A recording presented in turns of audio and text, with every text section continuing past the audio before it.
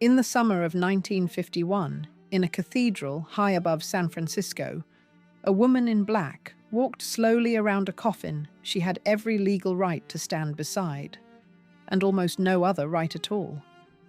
For 29 years, her husband had lived openly with another woman, in another woman's house, under another woman's name.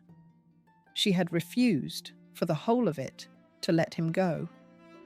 She was not the only wife who turned a public humiliation into a private victory. One took her settlement in a courtroom so silent the spectators never learned whose divorce they were watching. One answered a straying husband by crowning herself a reincarnated queen. One had the man who ruined her declared insane and outlived him wearing a diamond the world called cursed. One turned her own children into the weapon that would run, in time, to a princess. 5 women handed the same humiliation, who reached for the only weapon the age allowed a wife. The question each of them answered was the same. What is a wife owed, and who collects? If the private cost hidden under a gilded surface is why you come to this channel, then subscribe and stay with me. The 5 women here were told they had lost, and every one of them was quietly keeping score. Chapter 1. The age gave a wife nothing to fight with. A married woman of the Gilded Age could own a fortune on paper and command almost none of it, in fact. And every one of the 5 women in this story learned that early, in the years when the lesson still had the power to wound. The age itself thought of the marriage as a contract signed before an altar and a bank of flowers, witnessed by 400 of the right people, entered into a ledger that both families would keep for the rest of their lives. On the day of the wedding, the ledger showed a single glorious entry. The father's money crossed the aisle into the husband's keeping. The bride crossed with it. And for a long time, in the eyes of the law, that was the whole of the arithmetic. What a woman brought to a marriage tended to become her husband's to spend. What she earned inside it was his. Her children were his. Under the old doctrine the lawyers called coverture, a wife had no separate legal person at all. She was covered by her husband, the way a stream is covered by the ice above it, still moving underneath, still real, and unable to break the surface. The reforms came slowly, and they came late, and they came unevenly from state to state. The Married Women's Property Acts loosened the grip finger by finger across the second half of the century, until a wife could, in theory, hold something in her own name. But theory and the drawing room were different countries. A daughter of the very rich was still handed from a father to a husband like a deed changing hands, and the men who drew up the settlements knew it. That is why the cleverest fathers built a wall of paper around their daughter's money. They put the fortune into a trust, with trustees who answered to the family and not to the husband, so that a son-in-law could draw the income and never touch the stone underneath. It was distrust made permanent, written into law, and more than once in this story, it will be the only thing standing between a woman and total ruin. Then there was the other wall, the one that had no clause and no trustee. The wall of what a woman of that world was permitted to do when the marriage curdled. She was permitted to endure. Divorce was less a legal difficulty than a social death. In the New York of Mrs. Astor's 400, the roster of the only people who were held to matter, a wife who left her husband did not simply lose a husband. She lost the dinners, the boxes at the opera, the calling cards, the entire architecture of a life. The rules were unwritten and absolute, and they fell almost entirely on the woman. A husband might keep a mistress in a house a few streets from the marital home and lose nothing at all. A wife who objected too loudly lost everything. So she learned to object quietly, or not at all, and the world praised her patience and mistook it, always, for weakness. And the market these women moved through had priced them from the day they were born. A daughter of a great American fortune was, in the plainest terms, an asset, and the men who ran the families knew her worth to the dollar. In the ballrooms of New York, the old families guarded the gate. 400 names that Mrs. Astor and her lieutenant had agreed were the whole of who mattered. And a family with a railroad and a mountain of new money could still be turned away at the door for the sole crime of being new. So the daughters were sent abroad, where an English or a French or an Irish title could be had in exchange for American money, an old name that needed cash meeting new cash that wanted a name. A daughter crossed the ocean, a fortune crossed with her, and a title crossed back the other way. Everyone in the transaction understood what was being bought and what was being sold, and the girl in the middle of it was the one party who was rarely asked. Some of the women in this story were sold almost exactly that way. The others were traded closer to home, for a great American name instead of a European one, and the mechanism was the same. The wedding was the sale.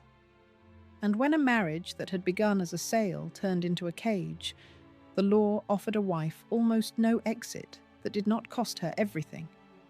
The reforms that let a married woman hold property in her own name arrived piecemeal and late.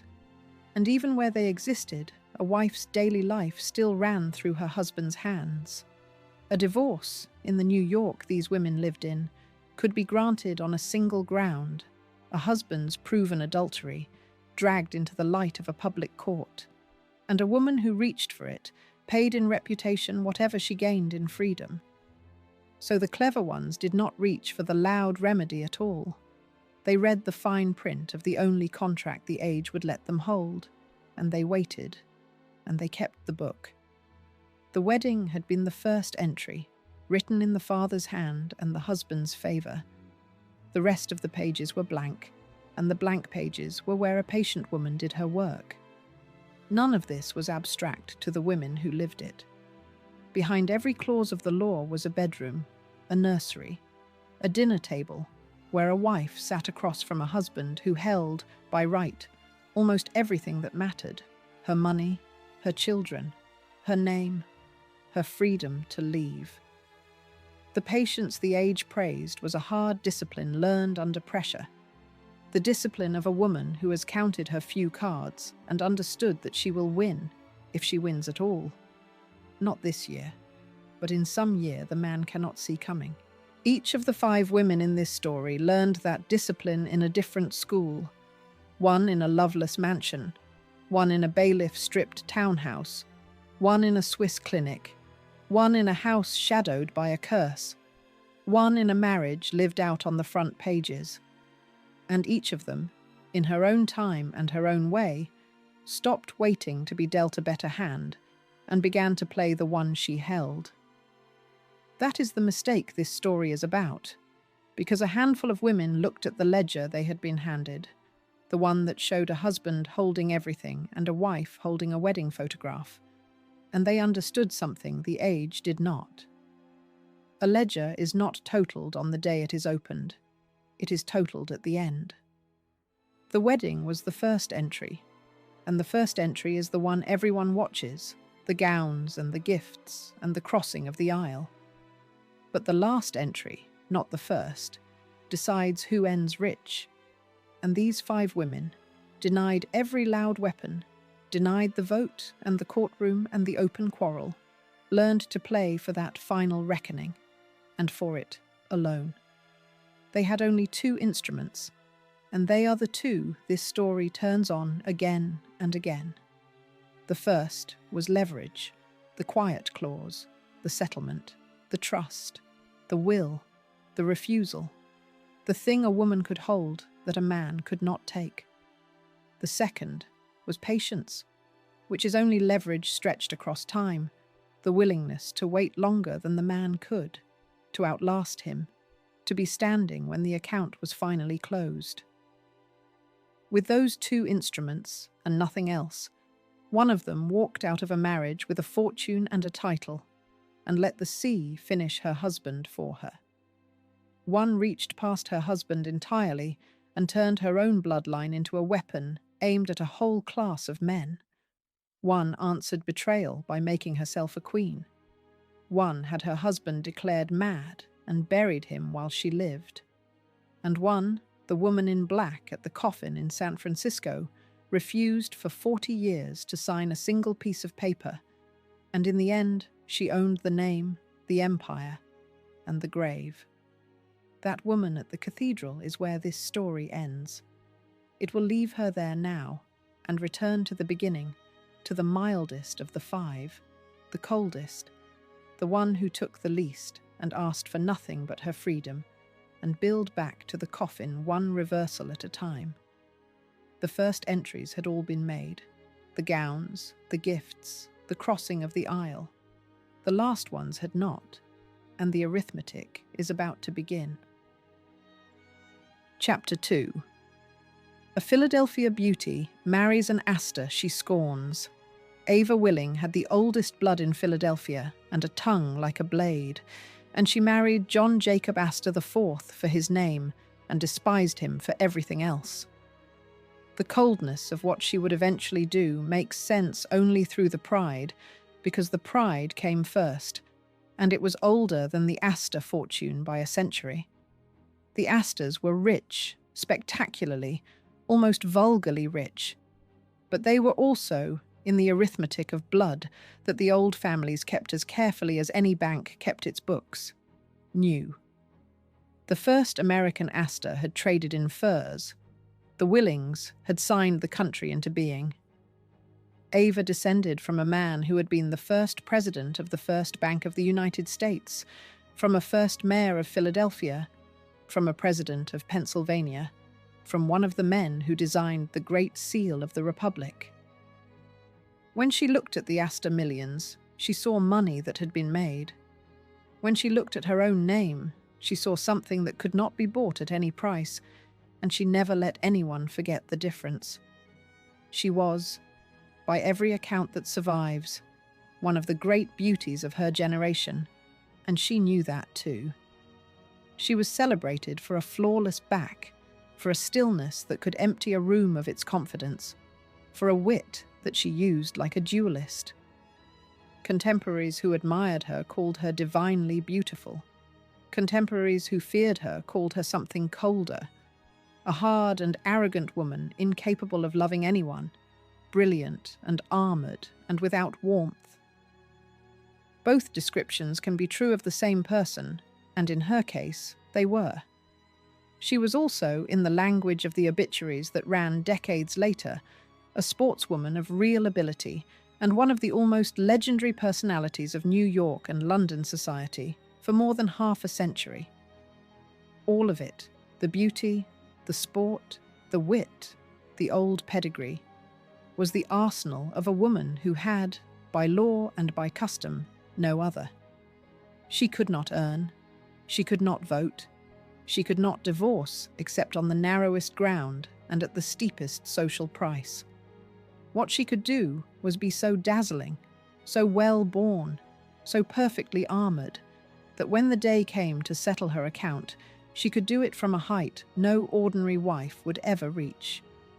The coldness the world saw in her was the discipline of a woman keeping her only capital intact until the hour she chose to spend it. In February of 1891, at her parents' mansion on South Broad Street, she married the Astor heir, and from the beginning, it was a union of two people who had agreed to a transaction and then discovered they could not stand each other. She was 22. He was a shy, awkward man who moved through the glittering world of his own family like a guest who had wandered in by mistake. She had married him for exactly what the ledger recorded on the opening page, his name and his money, and she found the man attached to them repulsive, and she did not trouble to hide it. The wedding had been a merger dressed as a romance. She was married at her parents' mansion on South Broad Street, and the gifts befitted the joining of the Willing name to the Astor money, a furnished townhouse on Fifth Avenue among them, and the couple sailed for 5 weeks in Europe on a honeymoon that fooled no one who knew them. The husband she brought home was one of the odder figures of his gilded set, a diffident man, happiest alone on the deck of his steam yacht, the same vessel that would carry him off to the West Indies on the very day his marriage was dissolved. He was not a cruel man, and that was almost the trouble. He wanted to be liked by a wife who found him tedious, and he trailed her through the great rooms of their houses, waiting for a warmth that never came. And the spectacle of it, the richest bachelor in America, reduced to a suitor in his own marriage, was noted by everyone and pitied by no one. 11 years separated their 2 children, a son born the year they married, and a daughter born more than a decade later, and the long gap in the nursery told the truth of the marriage more plainly than any society column ever could. What followed was 19 years of a marriage conducted as a slow, public war. The stories that survive are cruel on both sides, and honesty requires telling them that way, because the coldness of the ending only makes sense once it is clear that Ava was never the trembling, wronged innocent of a melodrama. She mocked him. She called him stupid to his face, in front of strangers, at her own table. One account has him trailing after her through the rooms of their houses like a bad-tempered spaniel, wanting something she would not give and could not respect him for wanting. She, in turn, was said to move in the orbit of the future King of England, to keep company that a jealous husband would have noticed, and to treat the whole apparatus of the Astor name as a set of rooms she had rented and did not much like. There was gossip, endless gossip, about lovers, about the true parentage of her daughter, about a beauty who was, in the pun, a society which could not resist, not only willing, but eager. Gossip is not evidence, and the honest verdict is that the record does not preserve the half of what happened inside that marriage. What survives is the shape of it. 2 proud people, chained together by a contract, each holding the other in contempt, in an age that told both of them there was no honourable way out. Around them both, the affairs accumulated, hers and his, in the discreet, deniable way of their class. She was placed by gossip in the orbit of the man who would become King of England, and beside a suitor or 2 whose names still surface in the memoirs. And there was even a whisper, never proved and best left as a whisper, that her daughter's father was not her husband at all. He was no more faithful than she was. The point is not to keep score between 2 people who had both stopped keeping faith. The point is that the marriage had become a thing both of them wanted out of, and only one of them had the nerve and the patience and the armor to engineer the exit and take a profit from it. A wife of her world could not simply leave. She had to build the leaving, quietly, over years, until the day came when she could name her terms from a position of strength. Ava spent the better part of 2 decades building it, turning her beautiful back on a marriage she despised, and waiting for the hour when the account could be closed on her own terms, and not his. That was the difference between her and an ordinary unhappy wife. An unhappy wife endures, and hopes, and reconciles, and stays. Ava was outlasting, deliberately, brick by brick, and the outlasting was the whole of her story.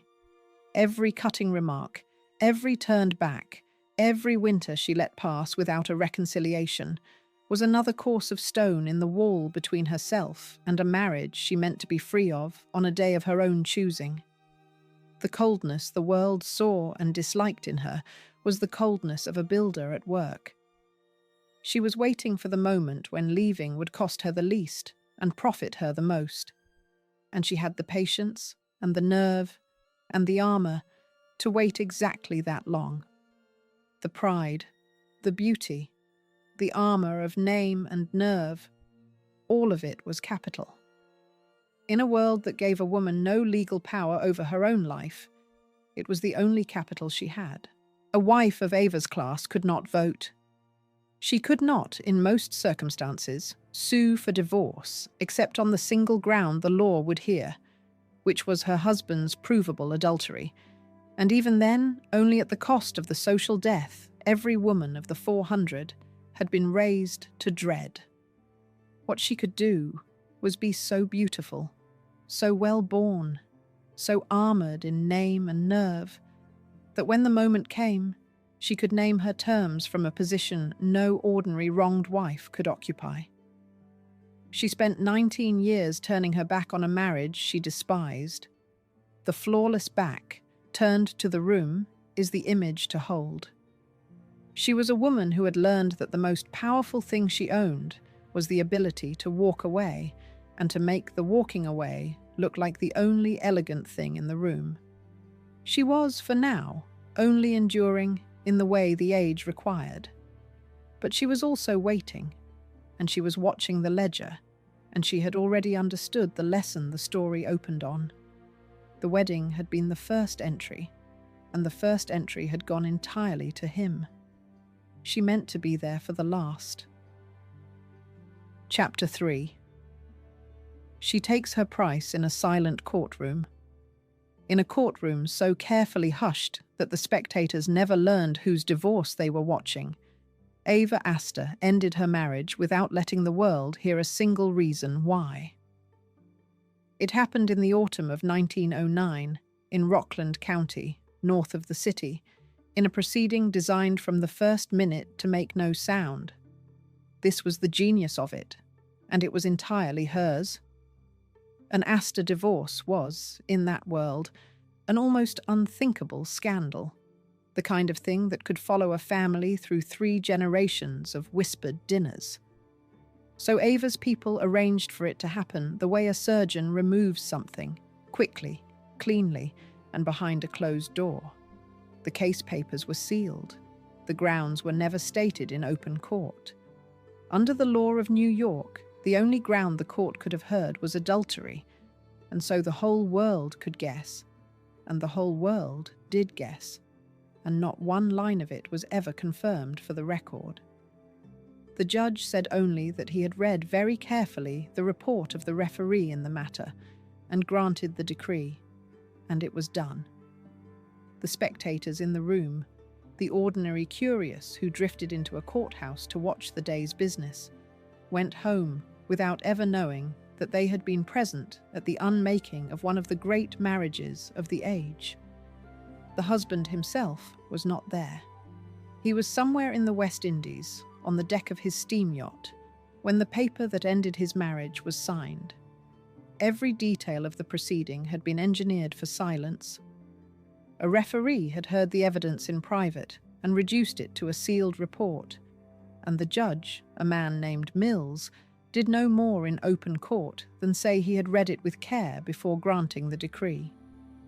The lawyers were men of the first rank, one of them the brother of the sitting President of the United States, and their whole art in the matter was to make a great scandal produce no sound at all. Adultery was the only door the law of New York left open, and so the very fact that the grounds were sealed told the knowing exactly what those grounds must have been, and the sealing spared both names from ever hearing it read aloud. The husband learned that his marriage was over the way the rest of the world did, at a distance, from a paper he had not been in the room to contest. The bargaining behind that silent decree was harder than the courtroom ever let on. Her lawyers came in high, asking a sum whose yearly income would have matched a fortune, and his lawyers came in low, and the figure they finally settled on was, by the report of the day, a modest one, low enough that the paper remarked on it. She could have fought for more in the open, and she chose not to, because an open fight meant an open airing, and an open airing was the one thing her whole careful strategy had been built to prevent. She traded a larger settlement for a total silence, and for a woman of her name, the silence was worth more than the money, because the silence let her walk out of the marriage with her dignity sealed inside that court file forever, and sail for England to become someone new, now to the settlement where the record must be handled with care, because this is exactly the kind of figure that legend inflates.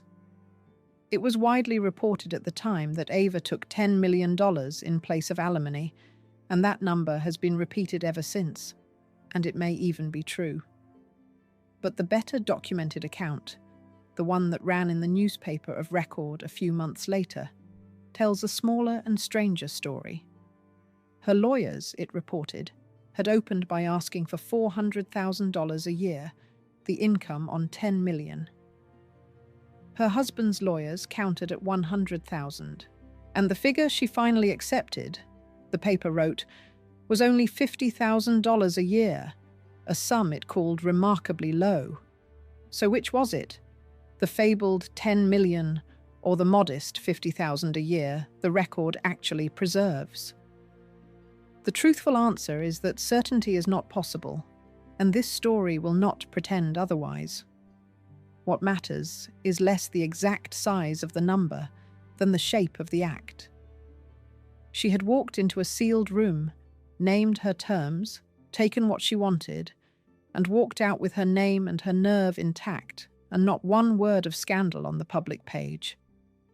Even a woman winning, in that age, had to bargain from weakness.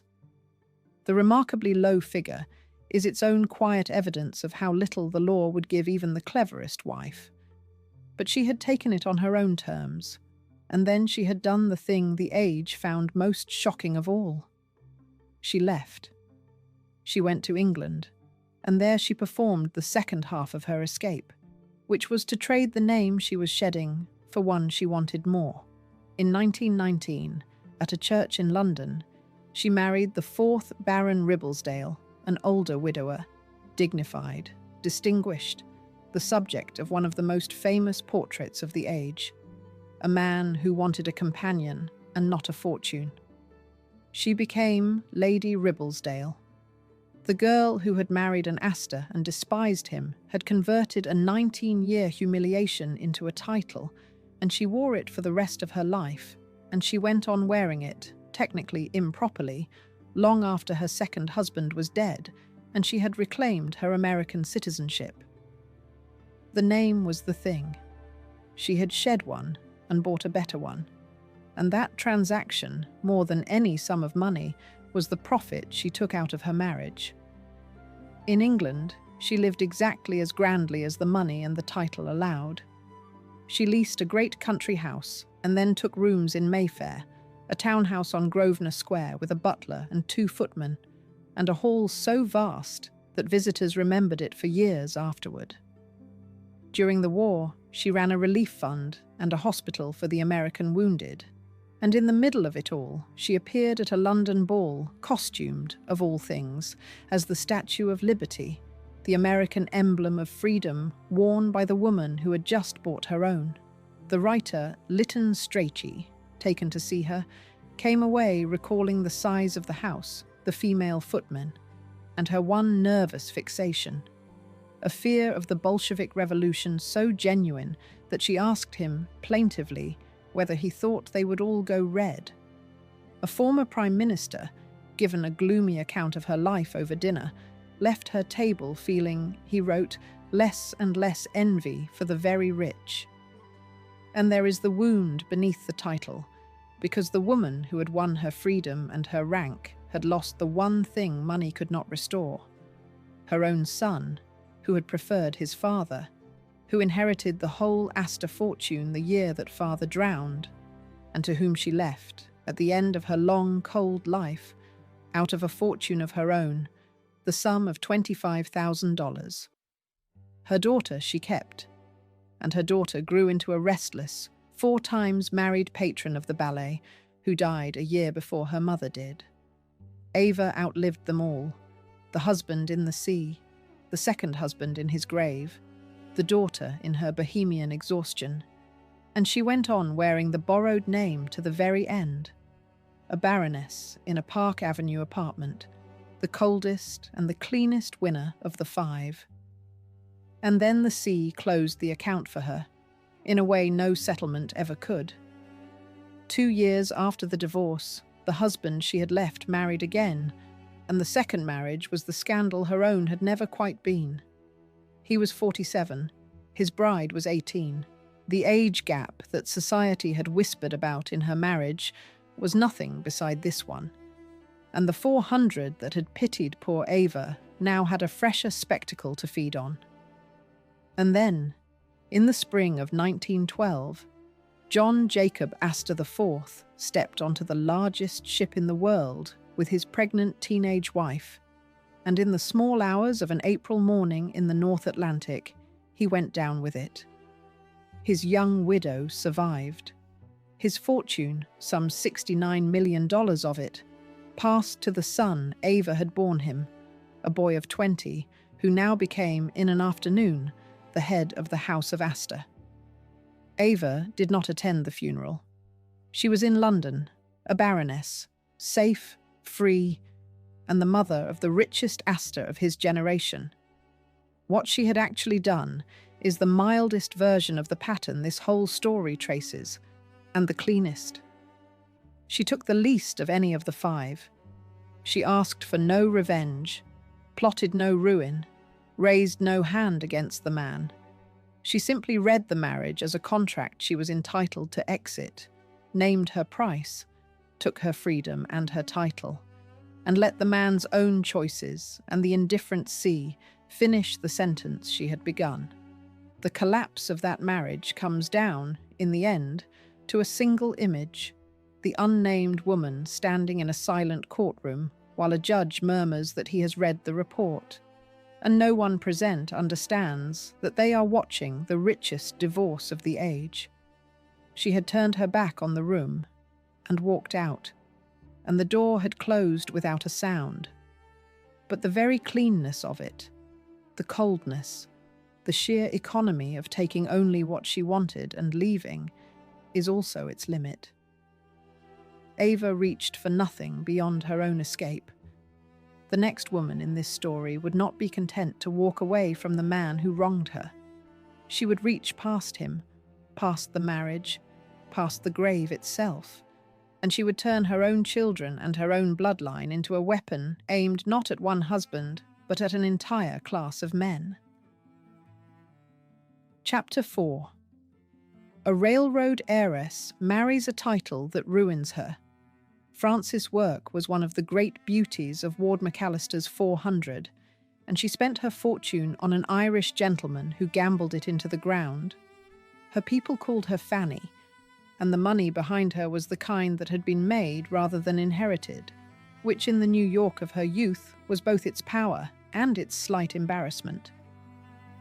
Her father was Franklin Work, a self-made man of formidable will who had come out of Ohio as a young man, engineered an introduction to the great Commodore Vanderbilt himself, and made his fortune as the Commodore's stockbroker. He rode in the park every morning for more than 25 years, a fixture, a character, a man who had willed himself into the front rank of a society that had not been born to welcome him. He had come out of Ohio as a young man with almost nothing, and he had done the one thing that could vault a nobody into the American aristocracy of money. He had attached himself to the greatest financial power of the age. He made himself broker to Cornelius Vanderbilt, the old Commodore himself, and rode the Vanderbilt fortune up into a fortune of his own, $14 or $15 million of it by the end. He kept a cottage at Newport. He rode in the park each morning for a quarter of a century, and he pushed his beautiful daughter into the front rank of a New York society that guarded its doors against exactly the kind of new money he represented.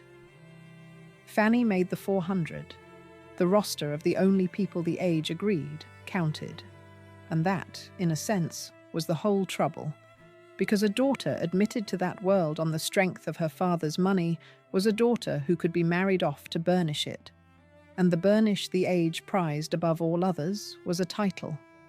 And he had opinions about that society, and about the men from across the ocean who came to feed on it, opinions that will matter enormously before this chapter is done. But in the beginning, there was only Fanny, his beautiful daughter, moving through the ballrooms of the 400 in the latest gowns, one of the women the lists of the age agreed were worth looking at. In 1880, she married a man named James Burke Roche, and on the surface, it was the story the age told over and over. the American fortune and the European title finding each other across a ballroom. He was Irish, charming, well-connected, the future holder of a barony. And he had come to America the way a certain kind of impoverished gentleman came to America in those years, to find a rich girl. What he actually was, underneath the charm, was a gambler with no fortune of his own and no gift for keeping anyone else's. The title itself was, for most of the marriage, not even real yet.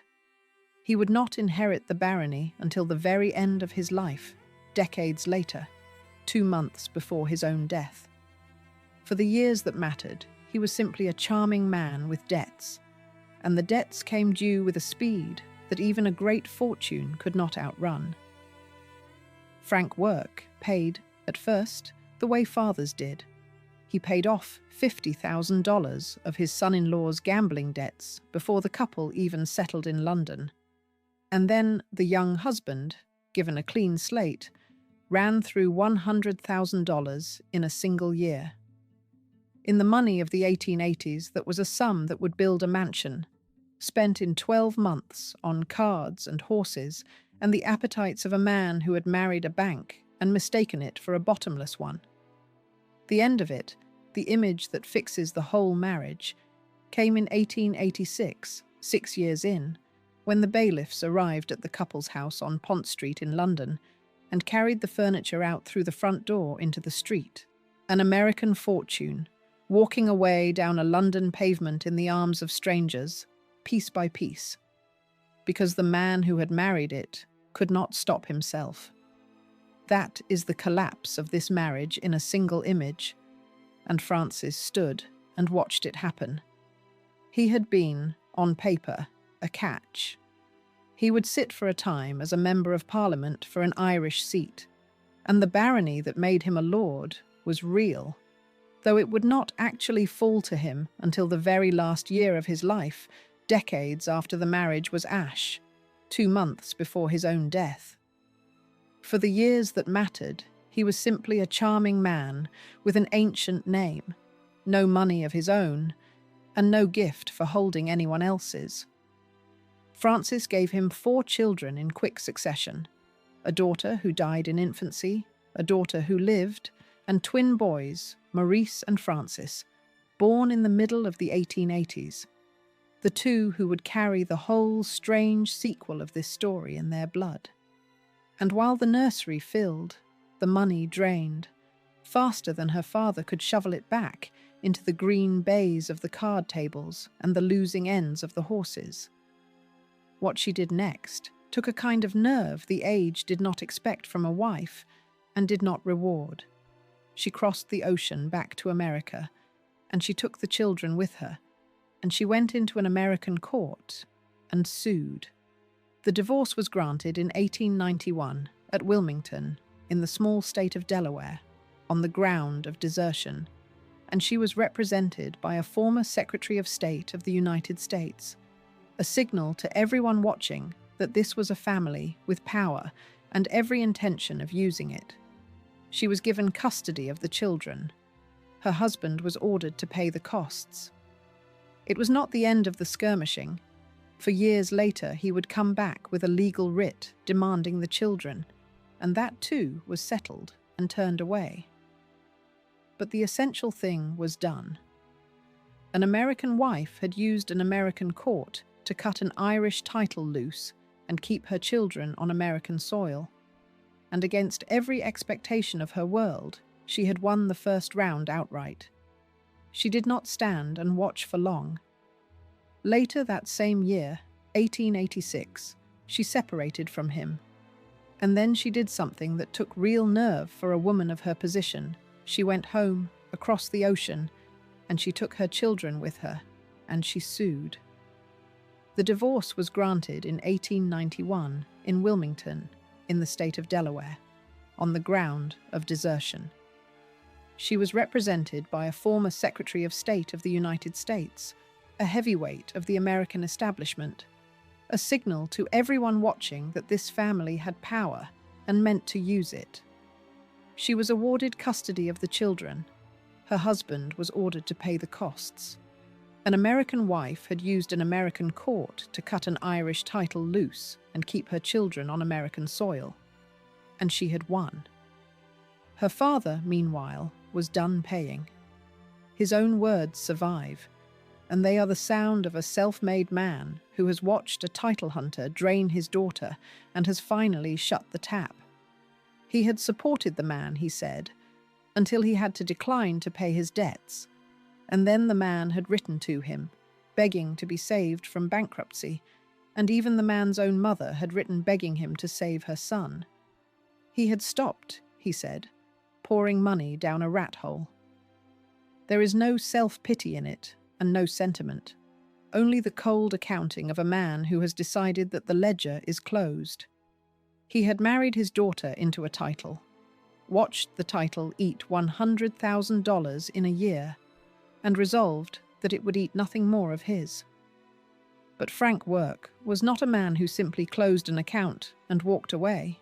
He was a man who kept books, and he had decided that the debt his family had suffered would be collected. The one worthless son-in-law was beneath collecting from, so Frank Work resolved to collect it instead from the entire idea that had produced him. He had watched the flower of American womanhood carried off across the ocean by what he called helpless, hopeless, lifeless men, and he was about to reach for a weapon that no bailiff could carry out of any door, a weapon made of paper and patience and a father's absolute will. He was going to write a will against an empire. Chapter 5. A father writes a will against an empire. Frank Work could not undo his daughter's marriage, so he wrote a will that tried to make marrying a foreigner a hanging offence for every child of his blood who came after. Those are close to his actual words, and they are worth hearing in full, because they are the purest distillation of a particular American rage that the Gilded Age produced and rarely spoke aloud. He was an American to his backbone, he said. He had nothing but contempt for the helpless, hopeless, lifeless men who crossed the ocean to carry off the very flower of American womanhood. And if he had anything to say about the matter, he said, he would make international marriage a hanging offence. It is a shocking sentence, and it was meant to be, and he backed it with the only gallows a private man could build, the conditions of his estate. The will laid down the law to the next generation the way a monarch lays down a succession. His grandsons, the twin boys his daughter had brought home from the wreck of her marriage, would inherit his fortune, but only on conditions designed to scrub the foreign taint out of the bloodline forever. They were to take and keep the family name, Work, as though the Irish name their father had given them could be legislated out of existence. They were not to live in Europe. They were not to marry Europeans. Each of them stood to receive around $2,700,000, an immense sum, and the price of it was that they become and remain thoroughly and permanently American. And he did not stop at the grandsons.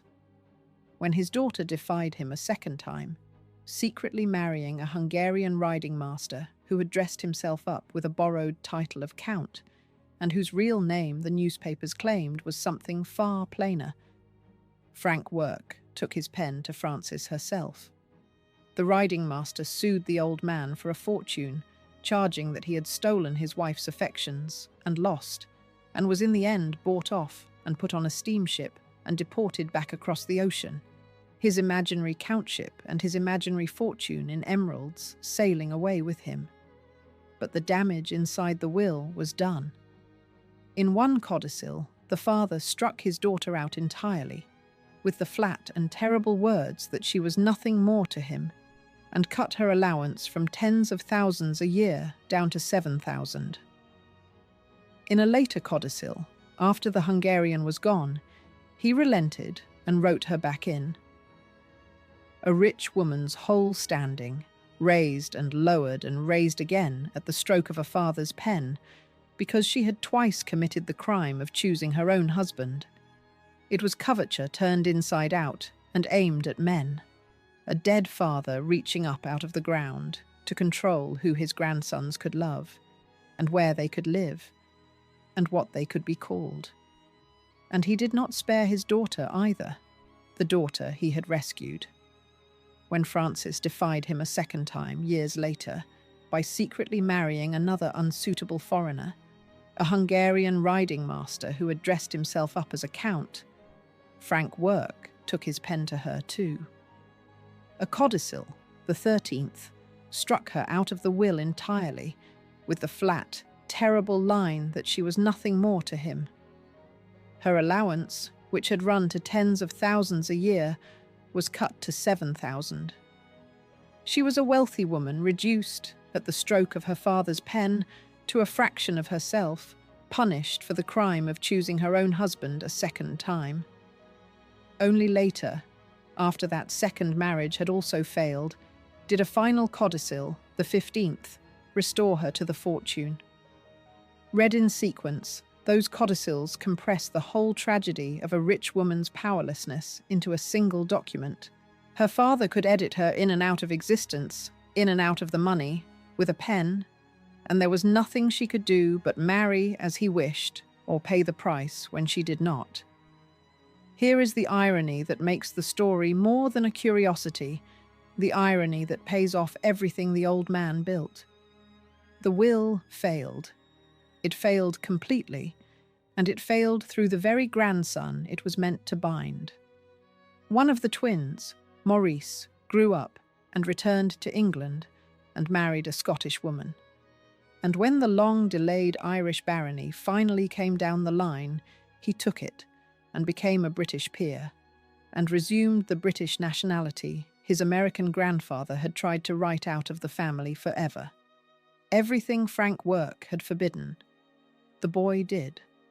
The foreign title, the foreign marriage, the crossing back over the ocean, all of it in defiance of the $2,700,000 and the dead man's rage.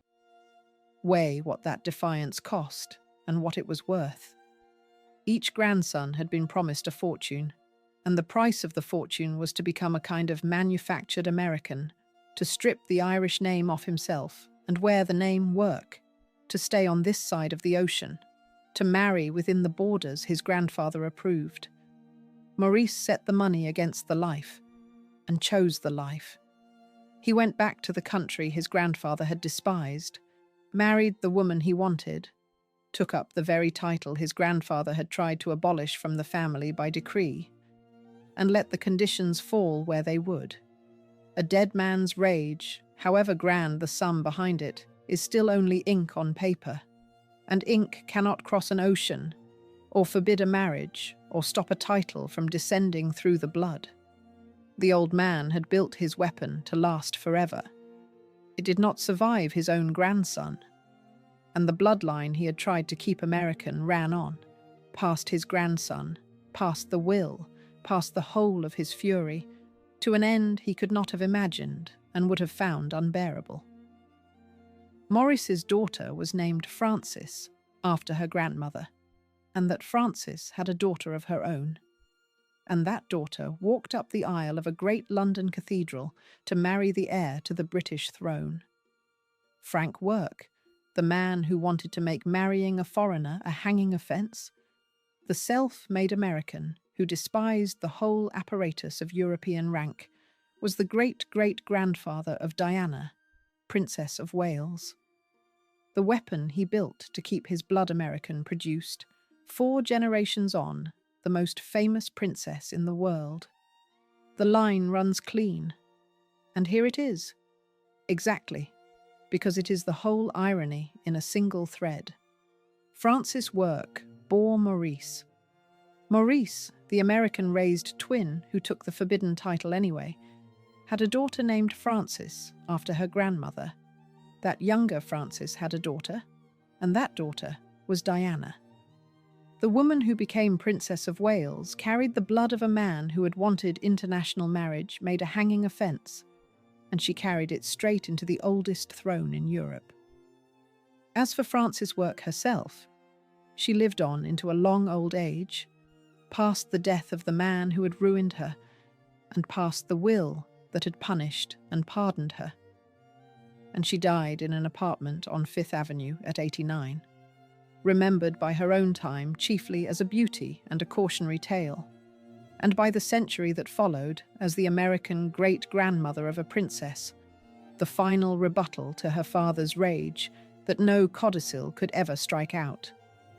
That is the strange, cold triumph of Frances' work and her father, and it is a triumph of a different order than Ava's. Ava took her freedom and walked. Frances, and the father who fought at her side, reached across generations. They took the children out of the marriage, and then they turned the very question of the bloodline into a battlefield, a will as a weapon, an inheritance as a punishment, a name as a cage. The wound underneath it never quite healed.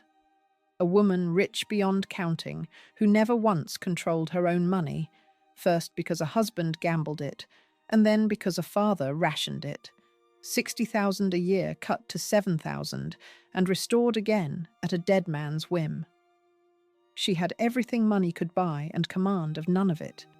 Her revenge was real, but it was written in her father's hand, and that is its limit. The next woman would need no father's pen and no man's help of any kind. When her husband threw her over for a woman who could not sing, she answered by seceding from the whole idea of being a wife at all, and building, with her own colossal fortune, a throne that no husband could ever reach. Chapter 6. The Princess of Standard Oil is thrown over. Edith Rockefeller had been raised to run her hours to the minute and her fortune to the penny, and then her husband left her for an opera singer who could not sing. She was a daughter of the richest man in the world, and her childhood was a study in the strange discipline of Baptist money.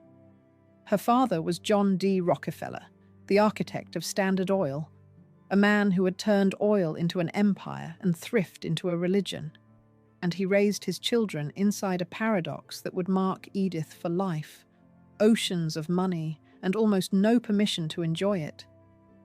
Every hour of her day was scheduled and accounted for, she said later, tutors in every subject. The day run like a ledger. The smallest indulgence weighed. She grew into a woman of formidable intelligence, a gifted cellist, reportedly fluent in several languages before she was 10, and beneath the discipline there ran a hunger for something the accounting could not measure, a life of the mind and the spirit that her father's world had no column for. There is a story from her childhood that the family told for the discipline in it.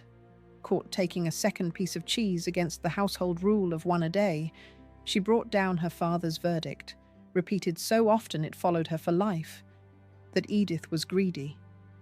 That was the world she came from, a world where the richest family on earth measured out cheese, where every hour of a daughter's day was scheduled and filled, and where appetite for cheese or for anything else was a thing to be corrected.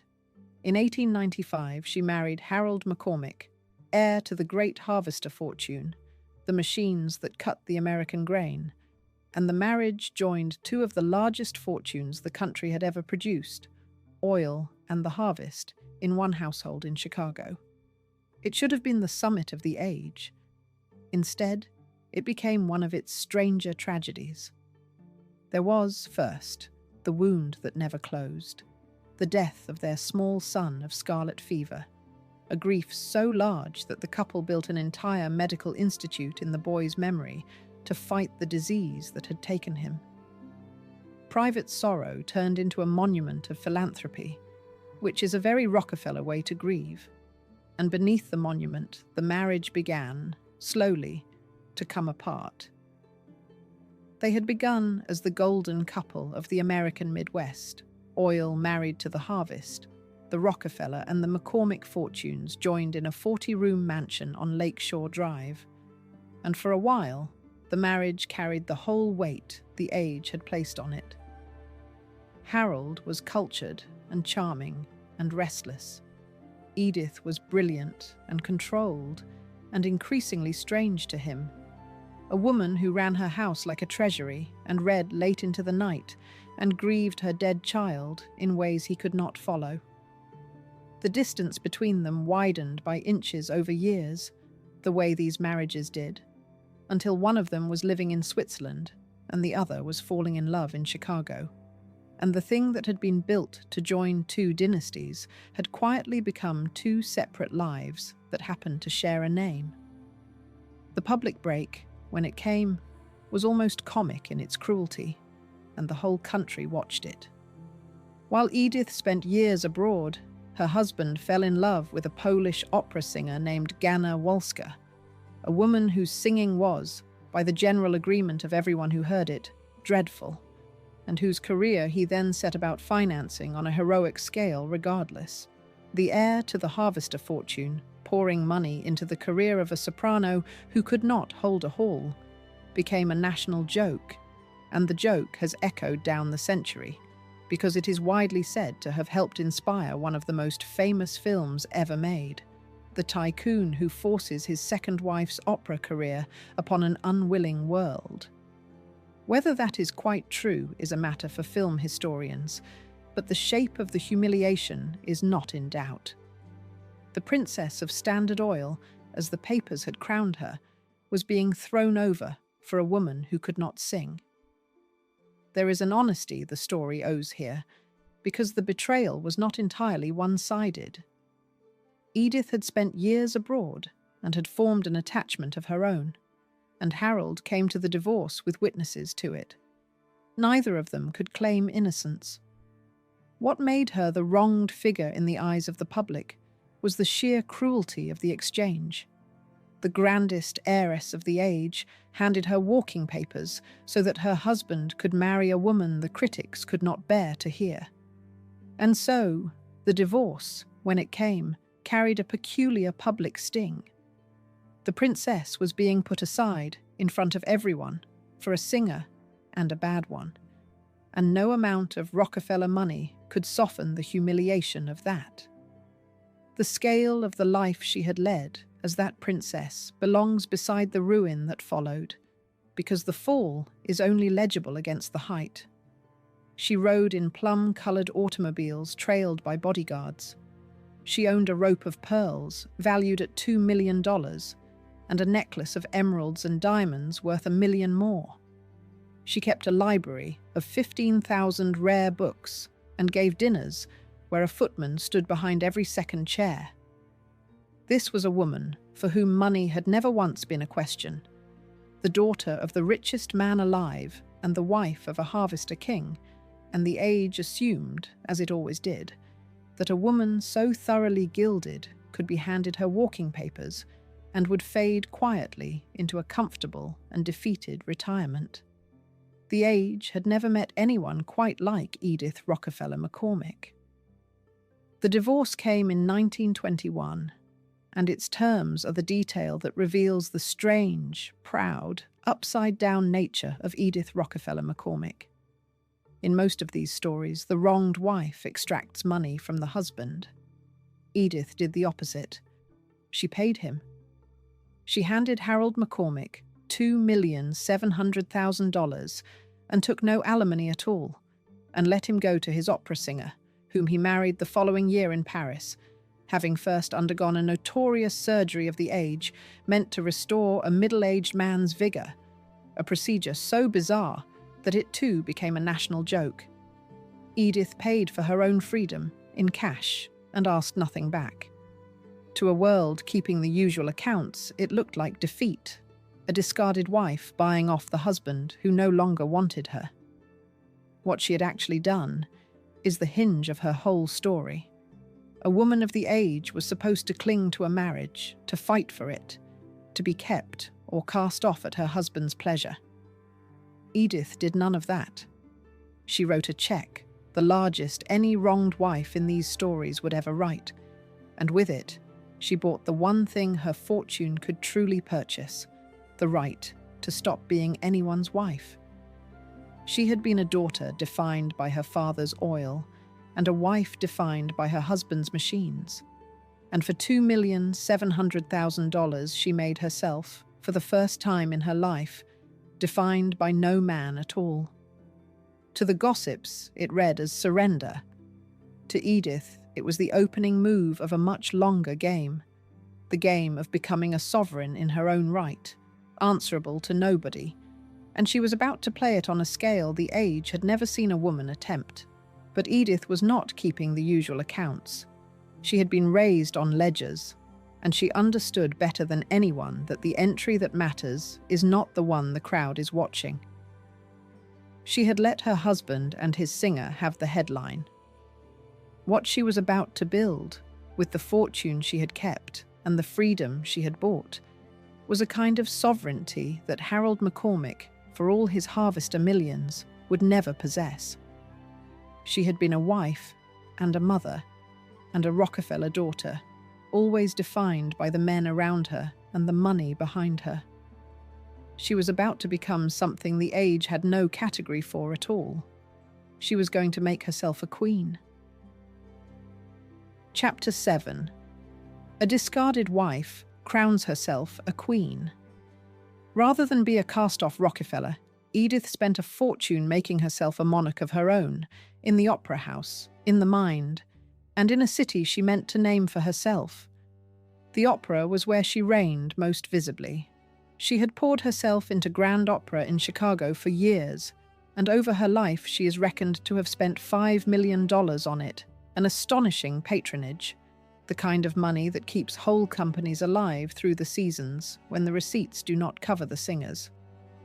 She sat in her box like a sovereign in a throne room she had paid for, and in a sense she had, because without the Rockefeller money the music might have stopped. Where her husband had spent a fortune trying to force a bad singer onto the stage, Edith spent a larger one keeping the whole art form standing, and the contrast is the woman entire. He wanted to own a voice. She wanted to own the house. Then there was the stranger kingdom, the one she built inside her own mind. And here the story takes on the eerie register that runs through so much of this age. Seeking relief from a depression that had nearly unmade her, Edith went to Zurich and put herself in the care of the great Carl Jung, and she stayed for 8 years. In that time, she did not remain a patient. She became a practitioner, a lay analyst in her own right, and she poured money into Jung's movement and into the causes it touched. It was Edith Rockefeller McCormick who quietly funded James Joyce for a stretch of the writing of one of the most difficult and celebrated novels in the English language, a monthly sum that kept the writer afloat until she cut it off when he refused to be analysed. And in Zurich, she arrived at the belief that would define the occult side of her legend, the conviction, stated plainly, that she was the reincarnation of the child bride of the pharaoh Tutankhamun, that she had been his first wife, married to him at 16, 3,000 years before. She spoke of it without embarrassment. "My interest in reincarnation," she said, "is of many years' standing." She had gone to Zurich in the first place to be treated for a depression that had nearly unmade her, and she stayed 8 years, and in those 8 years she turned from a patient into a practitioner, a lay analyst who took patients of her own. She poured money into the movement, about $120,000 to help establish the psychological club at the center of it, and she funded the English translation of her master's writings, and for a stretch of months she quietly paid the rent of a struggling Irish novelist while he wrote one of the most difficult and celebrated books in the language, 1,000 francs a month, until she cut him off because he refused to be analysed. The terror that had brought her to Zurich never fully released her. She suffered from a fear of travel so complete that leaving the city became nearly impossible, and the cure her analyst devised has the sound of a fairy tale. Her chauffeur sent ahead by train to each successive station while she tried and failed and tried again, to board and follow. The richest woman in any room could not cross a border, and would not, in the end, cross one even to reach her own dying father. The honest way to hold a claim like that is with the facts laid out and the verdict left open. A woman who believed herself the reborn queen of an Egyptian king was, in the medical language of her own day and the century since, expressing something that had a clinical name, and the grief underneath it had a clinical shape too. A mother who had lost a small child reaching across 3,000 years for a life in which she had been a queen and not a bereaved wife. The eeriest thing she ever said had nothing to do with pharaohs. Describing the moment she recognized her ancient Egyptian life, she said simply, "I knew. There was my little chair, the little chair of a queen dead 3,000 years, and the little chair of a small son dead of scarlet fever, are the same chair and the same emptiness, and no reincarnation and no analyst could ever fill it." That is the grounded reading, and it is the truest one, and it does not make the eeriness any less, it makes it more. Back in Chicago, she reigned like the monarch she believed she had once been. She gave dinners for 200 with a footman behind every second chair, and never a drop of alcohol at her table. A promise kept to her abstemious father to the end of her life. She ran her household to the minute, demanding the exact time from her chauffeur, 9:14 and not about 9:15. And a servant who knew her described her as vain and haughty and imperious, the mistress of everyone around her and, by her own careful design, the mistress of her own emotions.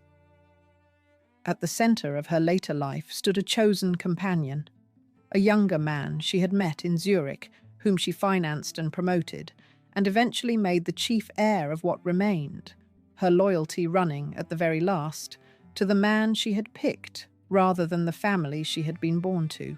Her ambitions in the waking world were just as imperial.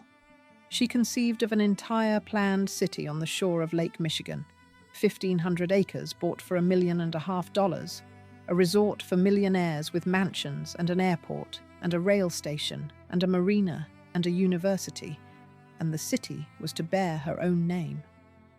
A naming contest drew 80,000 entries, and the winning name was the one that mattered. A city called for Edith. It was to be her monument, a place on the map that would carry her forward the way a dynasty carries a family name. The crash of 1929 killed it, and the land was eventually lost. But for a few years, a discarded wife had been designing a city that would answer to her name alone. The plan was not modest. 1,500 acres on the lake, bought for $1.5 million, were to hold mansions and a marina and an airport and a rail station, and, at the heart of it, a university, dormitories for thousands of students, an auditorium for thousands more. The contest to name the place drew 80,000 entries, and the winning entry gave her exactly what she wanted, a city on the map that answered to her own first name. Construction began. And then the market broke, and the great resort that was to carry her name into the next century was never finished, and the land was foreclosed and sold, and the name came off the map as quietly as it had gone on. She had tried to build herself a monument out of geography itself, and the Depression had erased it, the way it was erasing, at that very moment, the foundation under everything she owned. And here the account turns, because sovereignty of Edith's kind was built on a foundation that was quietly failing underneath her. This is the gap the whole story keeps returning to, the distance between what a woman owned and what she could command. Edith Rockefeller McCormick was heir to one of the largest fortunes in human history, and she was also, in ways that are painful to set down, powerless. She suffered from a terror of travel so severe that for 8 years she could not leave Zurich, could not cross a border, could not go to her own dying father, so that the empress of her own imagined city could not, in the flesh, board a train. Her debts mounted into the hundreds of thousands even at the height of her reign. When the Depression came, the sovereignty began to sell itself off. She sold securities by the millions. Her brother guaranteed her $1,000 a day for life, which is to say, the queen of her own city was placed on an allowance by the male relatives she had spent her life escaping. She sold her jewels through Cartier, a rope of pearls worth $2 million, an emerald necklace worth $1 million more. She died of cancer in a rented hotel room in 1932, at 59, her father 93, and absent to the end. And she left most of what remained not to her blood family, but to the companion she had chosen, a final act of loyalty to her own choices over the dynasty that had made her. The collapse of Edith's sovereignty comes down, like all the others, to a single image, and hers is a house. She had built, on a great estate, a villa of 44 rooms, an Italian palace on the American prairie, with a cascade of water descending its garden stairs in imitation of the villas of the old world, and she is said to have slept in it exactly one night. One night, in 44 rooms, in a monument to a sovereignty that was mostly built of longing. The house stood empty for decades after her, and then, in 1956, the wrecking ball came, and the palace the discarded wife had raised to her own majesty came down into rubble. She had crowned herself a queen, and the crown was real, and it was also a kind of beautiful and terrible loneliness that all the oil in the world could not warm. Edith answered betrayal by building a kingdom to one side of the man, and never lowering herself to strike at him at all. It is the most rarefied of the reversals in this story. Revenge as transcendence, the wife who simply becomes too large to be humiliated. But there is a colder, harder answer to a husband's betrayal than becoming a queen, and the next woman gave it. When the man who had ruined her family finally fell apart, she did not float above him into some private empire of the spirit. She reached down, and she used the one hard instrument the law placed in a wife's hand, and she had him declared insane, and then she buried him while she was still very much alive. Chapter 8. A miner's daughter buys a cursed blue stone. Evelyn Walsh grew up on a Colorado gold strike and married the heir to a newspaper empire. And on the way, she bought the most famous cursed diamond on earth. Her fortune came out of the ground, suddenly and enormously, the way the great Western fortunes did. Her father was Thomas Walsh, an Irish immigrant prospector who had spent years chasing silver and gold through the Colorado mountains, and in the 1890s he found it, a mine called the Camp Bird that poured out gold at a rate the family measured in tens of thousands of dollars a week, and turned a prospector into one of the richest men in the country, a fortune reckoned near $100 million. The family came down out of the mountains and into a 60-room mansion in Washington, and Evelyn, a girl who had been raised in mining camps, became overnight an heiress with more money than she could ever count and a temperament entirely unsuited to spending it wisely. She was reckless, generous, funny, unpretentious about the wealth. A woman who, in the phrase of a later magazine, dominated generations of Washington's office holders and newly rich. She never learned to be careful because she had never had to, and carelessness would cost her all her life. When the money came, the family came down out of the mountains and into a mansion of 60 rooms on Massachusetts Avenue in Washington, in its day called the most expensive private house in America, and Evelyn, a girl raised in mining camps, became overnight one of the great heiresses of the capital. She studied in Paris, learned to want expensive things, and grew into a woman her own century found hard to place, reckless and generous and funny at once. She never learned to be careful with money because she had never once had to be, and the not learning would follow her all the way to the end. The first tragedy came before the marriage and before the diamond, which matters, because it is the first crack in the legend of the curse. In 1905, in Newport, a car she was riding in crashed and killed her 17-year-old brother and crushed her own leg, and the injury left her with a lifelong dependence on morphine. This happened years before she ever owned the stone the world would blame for her sorrows. The grief was real, and it was early, and no jewel had anything to do with it. By 1910, her father was dead too, and Evelyn, still in her early 20s, was one of the richest young women in America, mistress of a fortune torn out of a Colorado mountain, moving through a Washington that treated her as visiting royalty. She would become an intimate of first ladies and the confidant of a president's wife, a fixture of the capital's power for a generation, throwing parties that cost more than most Americans earned in a lifetime. All of that lay ahead of her. What lay behind her already, at an age when most women were only beginning, was a dead brother, a crushed leg, a dependence on the drug that dulled the pain of it, and a family fortune so vast it seemed to promise that nothing in the world could ever truly touch her. The diamond, when it came, would test that promise to destruction. In 1908, she married Edward McLean, called Ned, the heir to a great Washington newspaper and its Cincinnati sister paper, and the two young fortunes together, mining gold and newspaper ink, made them one of the richest and most reckless couples in America, spoiled, extravagant, and thoroughly unprepared for the money they were burning through.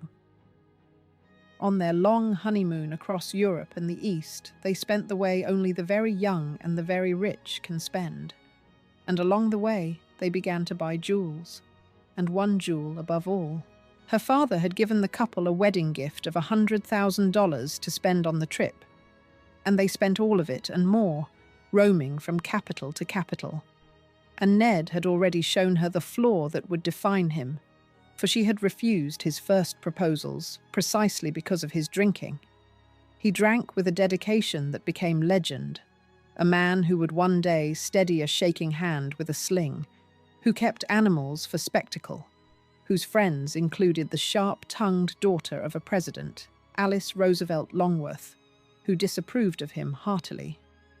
But he was heir to a great newspaper, and she was heir to a great mine, and together they were young and gilded, and certain the money would never run out, and in that certainty they went looking for the bluest diamond in the world.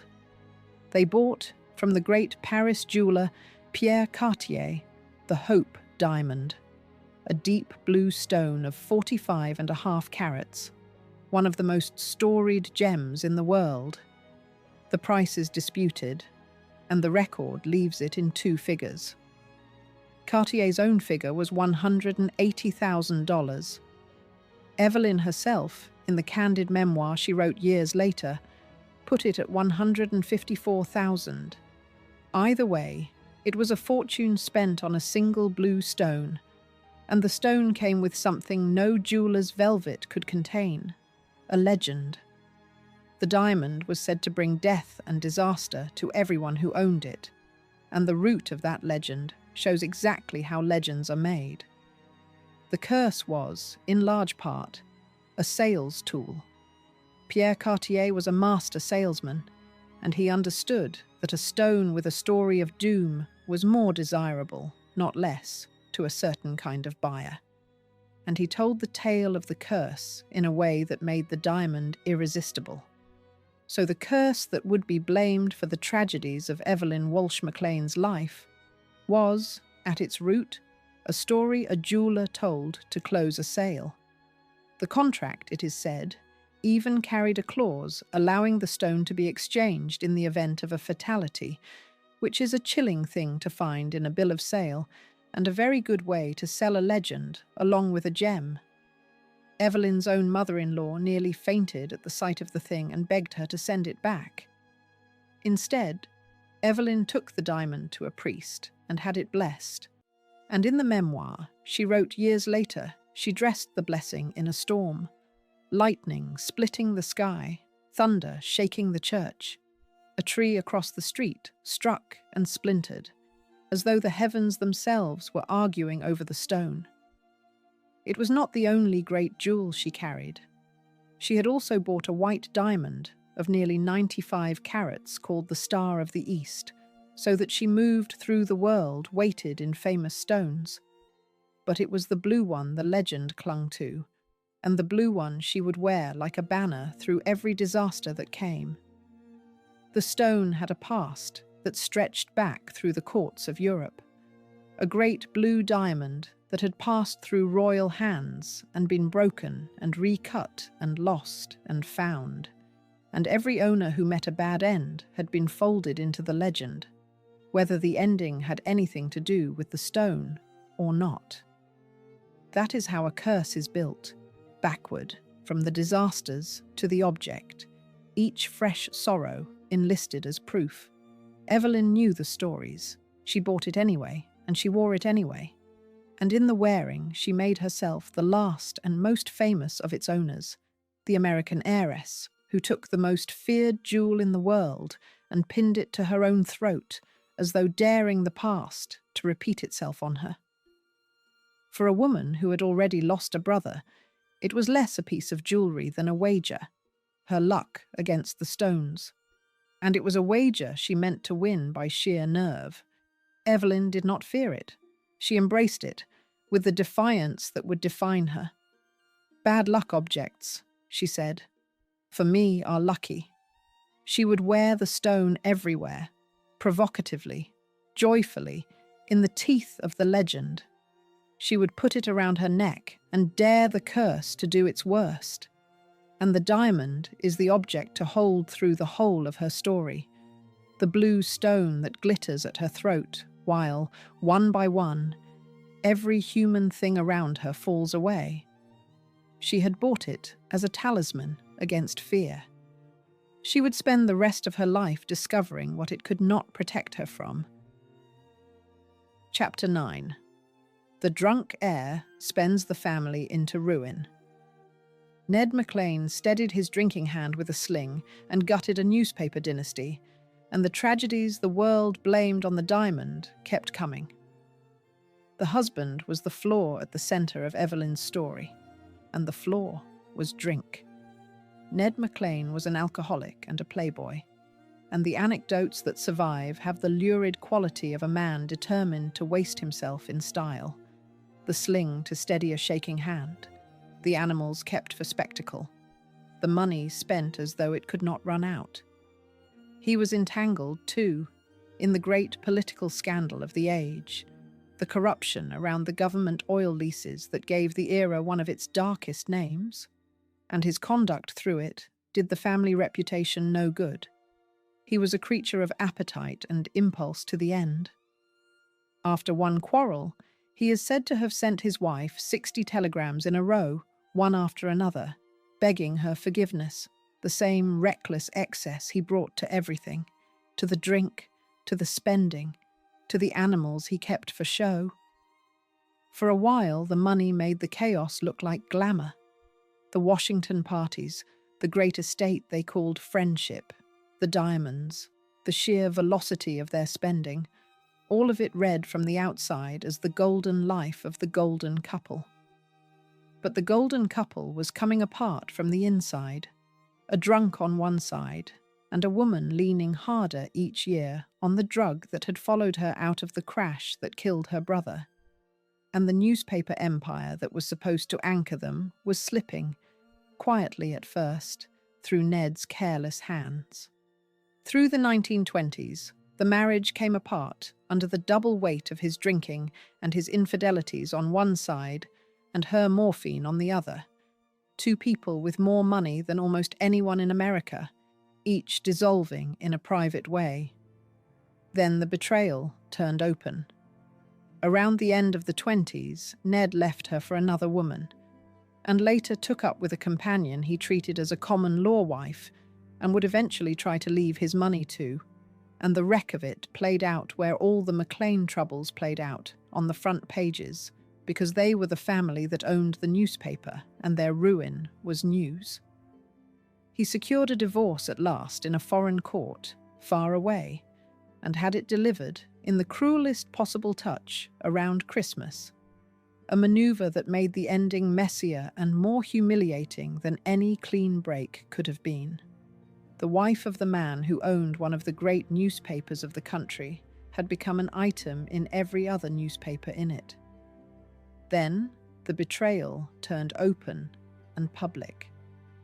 Around the end of the 20s, Ned left Evelyn for another woman, and later took up with a companion he treated as a common law wife, and the humiliation of it played out where all the McLean troubles played out, on the front pages, because they were newspaper royalty and their ruin was news. He eventually secured a foreign divorce, obtained far away and delivered, in the cruelest detail, around Christmas, a maneuver that made the wreck of the marriage messier and more humiliating than a clean break ever could have been. The wife of the man who owned the newspaper had become an item in every other newspaper in the country. And through these years, the deaths came. The deaths the world insisted on laying at the door of the Blue Diamond. The worst of them was the loss of her son, a boy of 9, struck and killed by a car in front of the family's world after slipping away from the servant meant to guard him. The country, primed by Cartier's legend, called it the curse. And here, both truths have to be held at once. The grounded truth is that a small boy ran into a road and was hit by a car, a common and unbearable accident that needed no jewel to explain it, and that his death rhymed with the death of Evelyn's own brother in a car years before, and that grief clusters in families for reasons that have nothing to do with gemstones. That is the honest reading, and it is almost certainly the correct one. And yet the mother wearing the famous cursed diamond had now buried a brother and a son to the same machine, the automobile, and would in time bury a daughter too. And it is not hard to understand, standing where she stood, why the legend felt less like superstition and more like a pattern. The facts are ordinary and terrible. The feeling of the curse is something the facts do not quite dissolve. The grounded explanation stands. The verdict stays where she left it, unsettled, in the dark. What is beyond any dispute is the size of the wound.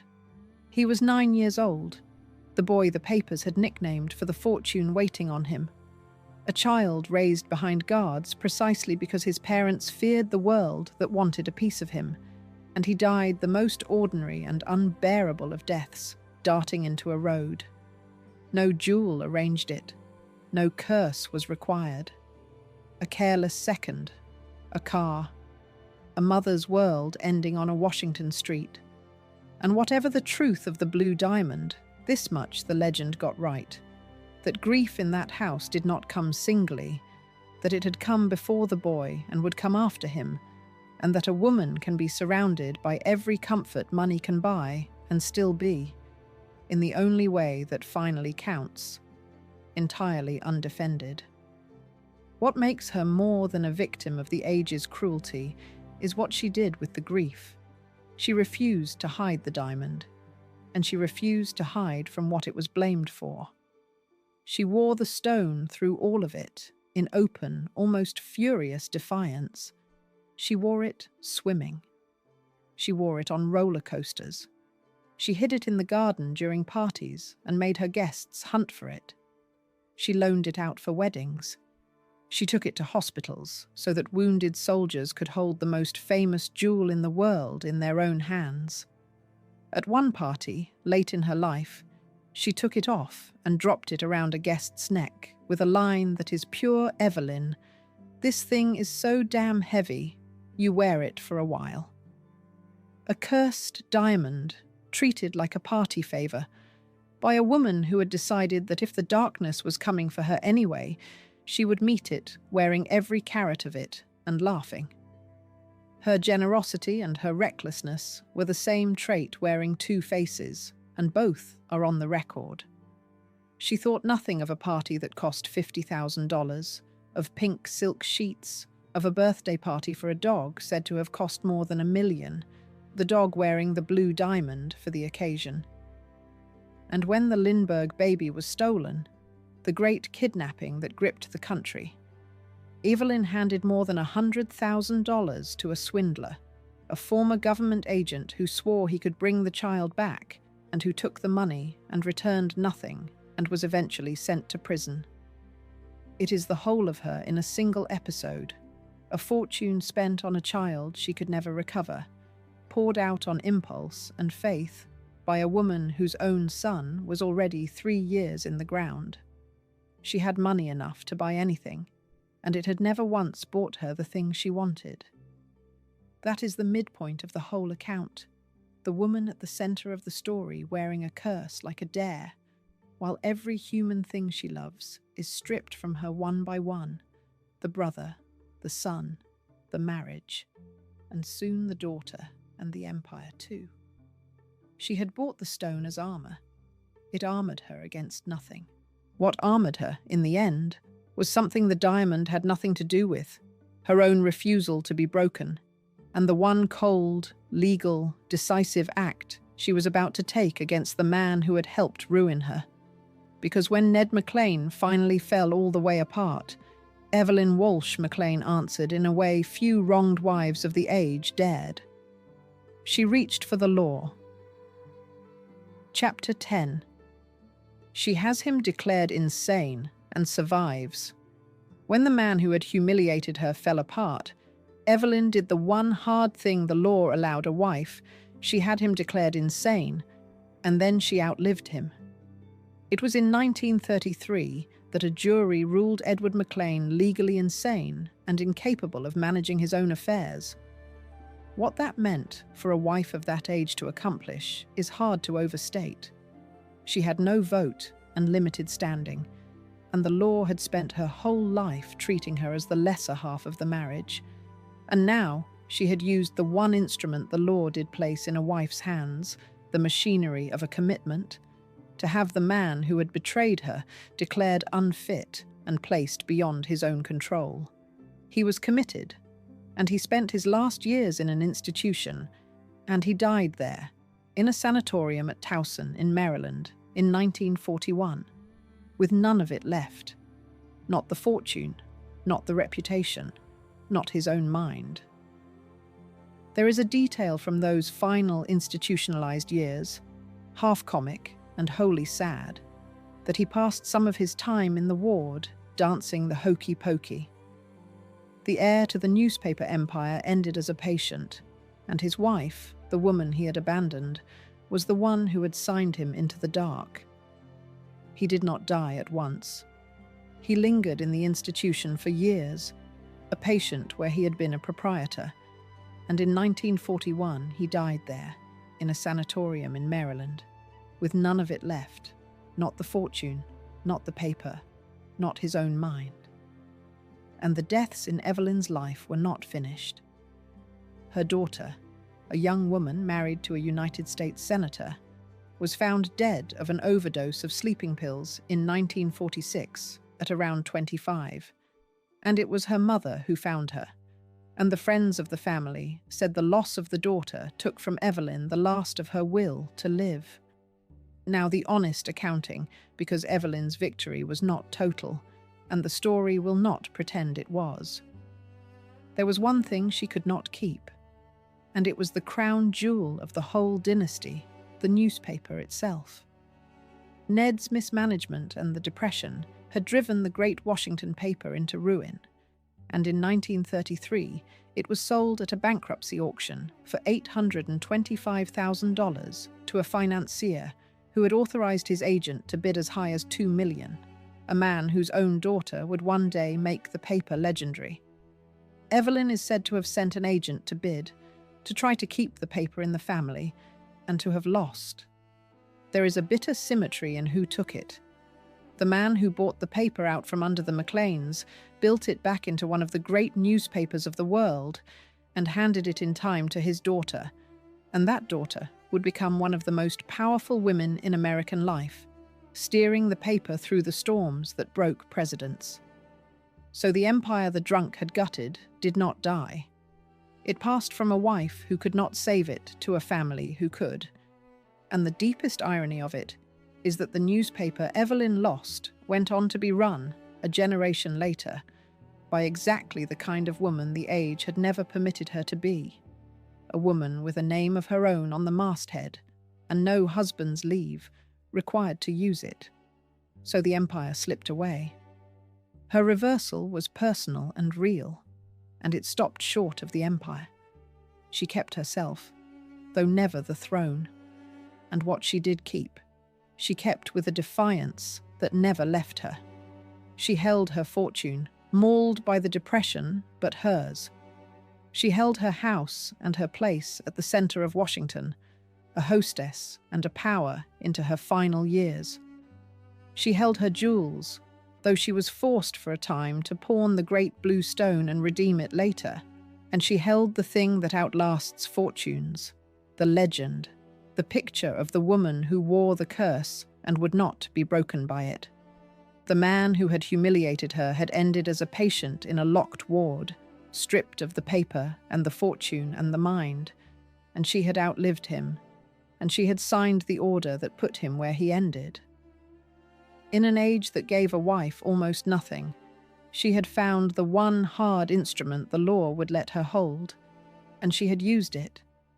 And then she had simply lived longer than the man who had wronged her, which in the end was its own kind of victory. What she kept was everything the man had tried to take and could not, and it was a great deal. She kept her own fortune, mauled by the depression, but hers. She kept her jewels, the blue diamond and the rest, though she had to pawn the great stone for a time and redeem it later. She kept her house and her social throne in Washington, a hostess and a power into her final years. And she kept the thing that outlasts fortunes, the legend, the image of the woman who wore the curse and would not be cowed by it. In her own memoir, she wrote the line that is the truest thing she ever said about the diamond and about her life, that she had put the chain around her neck and hooked her life to its destiny for good or evil. She had written a whole book by then, a candid, funny, unsparing memoir of a life that had given her everything money could buy and almost nothing it could not. She did not hide her age or her losses or the wildness of her spending. She looked back at the curse and, in the clear voice of a woman who had already survived what a curse is supposed to do, she wrote that the tragedies which had befallen her might just as easily have come had she never seen or touched the diamond at all. It was as close to a verdict as she would give, the grounded reading and the eerie one held in the same steady hand, the woman who had worn the doom and outlasted it, declining at the end, to say for certain whether it had ever been real. She had bound herself to the stone, and the stone had outlasted the marriage, the newspaper, the husband, and would outlast her too. The collapse of Evelyn's world into a single image is the diamond itself, the blue stone at her throat as, one by one, everything human is subtracted from around it. The brother, gone. The son at 9, gone. The husband, mad and dead in an institution. Her daughter, in time, dead young, found by Evelyn's own hand. And still the diamond, glittering, indifferent, outliving them all.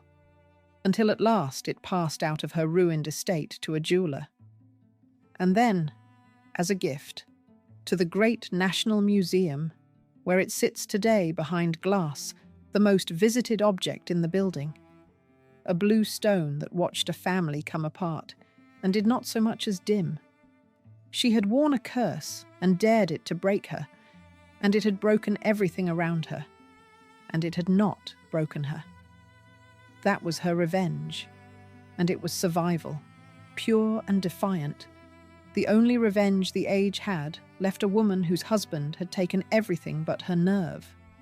Evelyn had the last word and the longer life, and she buried the man who wronged her while she still drew breath. But she lost the empire, sold out from under her at an auction she could not win. The last of these 5 women lost nothing at all. Where the first took a settlement and walked, where the second turned her bloodline into a weapon, where the third built a private kingdom, and the fourth had her husband declared mad. The last did something at once simpler and more total than any of them.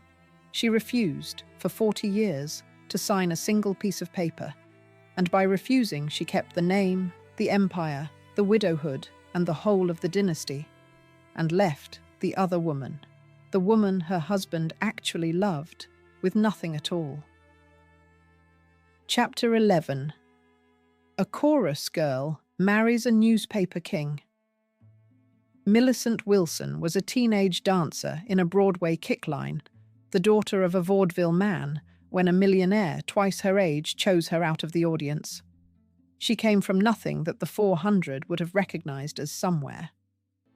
Her father was a vaudeville performer, and she and her sister went onto the stage as girls, a sister act, a pair of dancers in the choruses of the Broadway of the 1890s. In 1897, a girl of 14 or 15, she appeared as one of a line of dancers in a musical at a theatre on Herald Square, a bicycle girl in a bright, ephemeral show, kicking in time with the other girls under the gaslight. That is where William Randolph Hearst first saw her, from the audience, a newspaper magnate in his mid-30s, looking at a teenage dancer on a stage, and choosing her the way a man chooses a thing he has decided to own. She and her sister had gone onto the stage together as girls, billed as a dancing sister act under a name meant to sell youth and high spirits, and the show in which Hearst first saw her was a bright, forgettable musical at a theatre on Herald Square, where she kicked in a line of dancers costumed as bicycle girls beneath the gaslight. Her father was a vaudeville man. There was no fortune behind her, no family the 400 would ever have received, nothing at all but a pretty face, a pair of dancing feet, and the attention of a rich man in the dark of the house. There is a particular cruelty in how she was chosen, and it is the seed of everything that came after. She was selected rather than courted, spotted from a seat in the audience, the way a man spots a painting he means to buy, a teenager on a stage being appraised by a millionaire in the dark. That is how the whole arrangement began, with her on display and him deciding. And for a while, the deciding fell in her favor and lifted her into a life beyond a chorus girl's wildest arithmetic. She could hardly have known, at 19, stepping off the stage into his name, that the same appraising eye that had raised her up would one day pass over her and settle on another girl in another chorus, and that she would spend the back half of her life proving that a woman chosen for her surface could hold on, by will alone, to everything the choosing had given her. He was more than twice her age, a magnate already famous and already powerful, and he courted her under the chaperonage of her sister, and in 1903, at a church in Manhattan, he married her. She stepped off the stage that day and into one of the largest fortunes and one of the loudest names in America. And over the next dozen years, she bore him 5 sons, George and William and John, and, last, the twins, Randolph and David, the boys who would one day run the empire and carry the family forward. She had been raised on a stage and lifted off it into a mansion, and for a while it must have looked like the luckiest bargain a chorus girl ever struck. But a chorus girl who marries into a great name does not become one of the 400 by marrying. She marries into their world and spends the rest of her life being watched to see whether she belongs in it, and Millicent spent hers learning the rules of a society that had not been born to receive a vaudeville man's daughter. She learned them well. She raised 5 sons. She kept a great house. She carried the name with a composure that gave her enemies nothing to work with. And she was doing all of it, holding the line of a flawless public wife, in the very years when her husband's attention was drifting 3,000 miles west, toward a girl in a chorus, not unlike the one he had lifted Millicent out of 2 decades before. She had climbed into his world by being chosen. She was about to learn what it was to be unchosen in public, and to go on climbing anyway. The nerve that took is easy to underrate. To be publicly and repeatedly humiliated by the most powerful newspaperman in America, a man who owned the very presses that could have shredded her, and to answer, in place of a scene, with a season of charity balls and a household run like a small court, was a performance of unbreakable composure held for decades in front of a country waiting to see her crack. She did not crack. She raised his sons. She kept his name. She built her own kingdom in his largest city, and she let the years do the work that no lawsuit ever could. And the longer she held the pose, the clearer it became to everyone watching which of the two women in the marriage was made of the harder material. That image is the wound at the root of her whole life. She was a girl on a stage, valued for her youth and her body and her motion, selected from the chorus by a powerful older man. In 1903, she married him at a church in Manhattan and stepped off the stage and into one of the largest fortunes and one of the loudest names in America. She bore him 5 sons. She became Mrs. William Randolph Hearst, and the name was the thing she had been given. The name was the whole of the transaction. The chorus girl lifted out of the kick line and handed one of the most famous surnames in the country. The same wound would return, decades on, to break her open. She had been a girl on a stage, valued for her youth and her motion, chosen from a chorus by a powerful older man who had decided to have her. That is how she was raised up. And that, precisely, is how she would be set aside when the same man's eye fell, 2 decades later, on another young performer in another pool of theatre light, and did to Millicent exactly what it had once done for her. The chorus girl who became a wife would be displaced by a chorus girl who became a star. The transaction that had made her would be run a second time, against her, in front of the entire country. And the only thing she would be able to keep from it was the name, and the name she meant to keep to the grave. She would spend the next 70 years discovering exactly what that name was worth, and exactly what it would cost to keep it. Because the man who had chosen her out of an audience for her youth would, in time, do the very same thing again, to someone else, in front of the whole world. What had lifted Millicent out of the chorus was a powerful man's eye falling on a young performer, and what would displace her was the identical thing, the same man's eye, the same kind of young woman, the same theatre lighting, 20 years on. The chorus girl who became a wife would be set aside for a chorus girl who became a star. The name she had been given, she was about to be asked, quietly, and then not so quietly, to give back. And her whole strange, patient, magnificent revenge comes down to a single decision she made, and never once unmade. She would not give it back. Whatever else the other woman took, and the other woman took nearly everything a woman can take, she would never take the name. Millicent had been handed the name Hearst on a wedding day, and she intended to be buried in it, and to see the other woman buried in something else. The affair had a scale that matched the man. He had met the young actress in the middle of the 19-teens, and by the end of that decade, he was spending a fortune, some $7 million of it, to make her a film star, promoting her across the very newspapers his wife's marriage had helped him build. He put her image on the screens and the pages of a media empire, and then he installed her at the great castle on the California coast. And there, for the better part of 3 decades, the two of them received presidents and film stars and the crowned heads of Europe.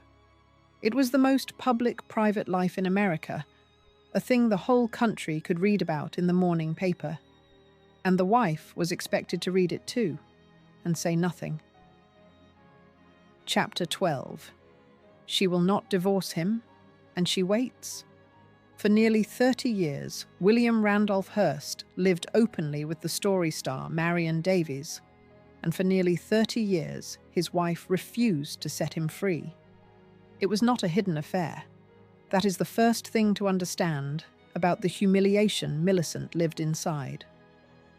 It was one of the most public open secrets in the history of American life, conducted in plain sight for the better part of 3 decades, a thing that everyone in the country knew and that the wife was expected to absorb in silence while the whole world watched to see whether she could.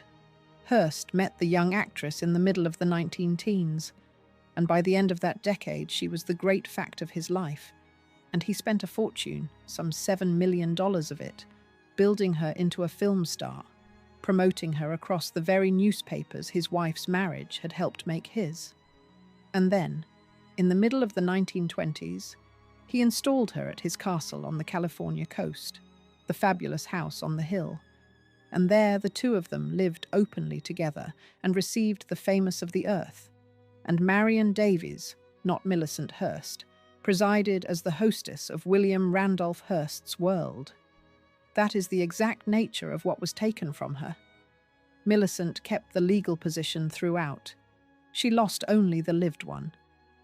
In California, the other woman was, in every way that a day is actually lived, the wife, the chatelaine of the great house, the woman at the head of the table, while the real wife, the legal wife, the mother of his 5 sons, was pushed to the margin of the marriage and, by the later 1920s, effectively stopped going west at all. The mistress had the man, the house, the daily life, the love. There was a line the mistress herself used years later that catches the whole arrangement with terrible precision, that when the wife decided to come to the ranch for a weekend, the mistress had to make herself scarce and disappear. The mistress lived in the house, but the wife held the deed to the name, and when the wife came, the mistress had to vanish. That is the balance of the whole thing in a single sentence. He had given the other woman everything except the one thing that was not his alone to give, and the one thing Millicent would never, ever surrender. Because that was her weapon, the only one she had, and she wielded it for 40 years with a patience that the age mistook, as it always did, for weakness. She would not divorce him. Year after year, through the whole long public spectacle, she refused to grant him the freedom that would have let him make the other woman his wife. Some of it was her faith, which held marriage to be a thing that could not be dissolved, and some of it, the harder part, was pure leverage. There was a moment in the late 1930s when a separation was actually negotiated, when it seemed the marriage might formally end, and it collapsed over price, because Millicent's terms reportedly included that she be handed one of his magazines as part of the settlement, and he refused. It can be read either way, as a wife overreaching or as a wife naming a number she knew he would never pay so that the marriage would stand, and the result is the same either way. There was no divorce. There would never be a divorce. She had found the one price he would not meet, and she held the line at it for the rest of his life. There is a plain leverage in that refusal that is easy to miss beneath the language of faith. A wife who will not divorce is a wife who cannot be replaced. However much the man loved the other woman, however openly the two of them lived, the law recognized only one Mrs. Hearst, and Millicent meant to be the only one until the grave and past it. Every year she waited was a year the mistress could not become a wife, could not take the name, could not stand where Millicent would one day stand. The waiting was the strategy itself, patience deployed like a weapon, a wife betting that she could outlast the affair, outlast the scandal, and outlast, if it came to it, the man, and collect at the end the whole of what a wife is owed, while the woman he loved collected nothing the world would trouble to record. And in the city he had left her in, she built. Cut off from the castle on the hill, she raised a kingdom of her own in New York, and the shape of it is the most quietly devastating thing in her whole story. The chorus girl who could not keep her husband from a younger chorus girl founded a charity to give free milk to the poor babies of the city, and she ran it for decades, and its great annual benefit at the Opera House became one of the marquee events of New York society, and at it she received the reigning King and Queen of Greece under her own charity's banner. She sat on the committees of the war effort. She shared platforms with the wife of the President of the United States. The girl from the kickline, whom California had discarded, had made herself a genuine power in the greatest city in the country, feeding other women's babies while her own husband kept house with a movie star 3,000 miles away. It is milk against a castle, and it is not as unequal an exchange as it first appears. She had founded the charity in the early 20s, a fund to give free milk to the poor children of the city, and its great annual benefit at the Opera House became one of the fixed stars of the New York season, an evening at which she once received the reigning King and Queen of Greece beneath her own banner. The mayor had put her at the head of a wartime women's committee. She raised the money, she sat on the boards, she shared her platforms with the wife of the President of the United States. And she did it from a base as grand as anything on the coast, a 5-story penthouse above the Hudson and a castle of her own on the Long Island shore. The mistress had the man and the sunshine and the parties. The wife had the city, the charity, the standing, and the name, and she was playing a longer game than anyone around her yet understood. One stretch of the story did favor the other woman, and it sharpens everything that follows. In the middle 1930s, the whole Hearst empire nearly collapsed under a debt of some $126 million, and the great man was reduced to an employee in his own house, his salary cut, made to answer to an outside manager, made even to pay rent to live in his own castle.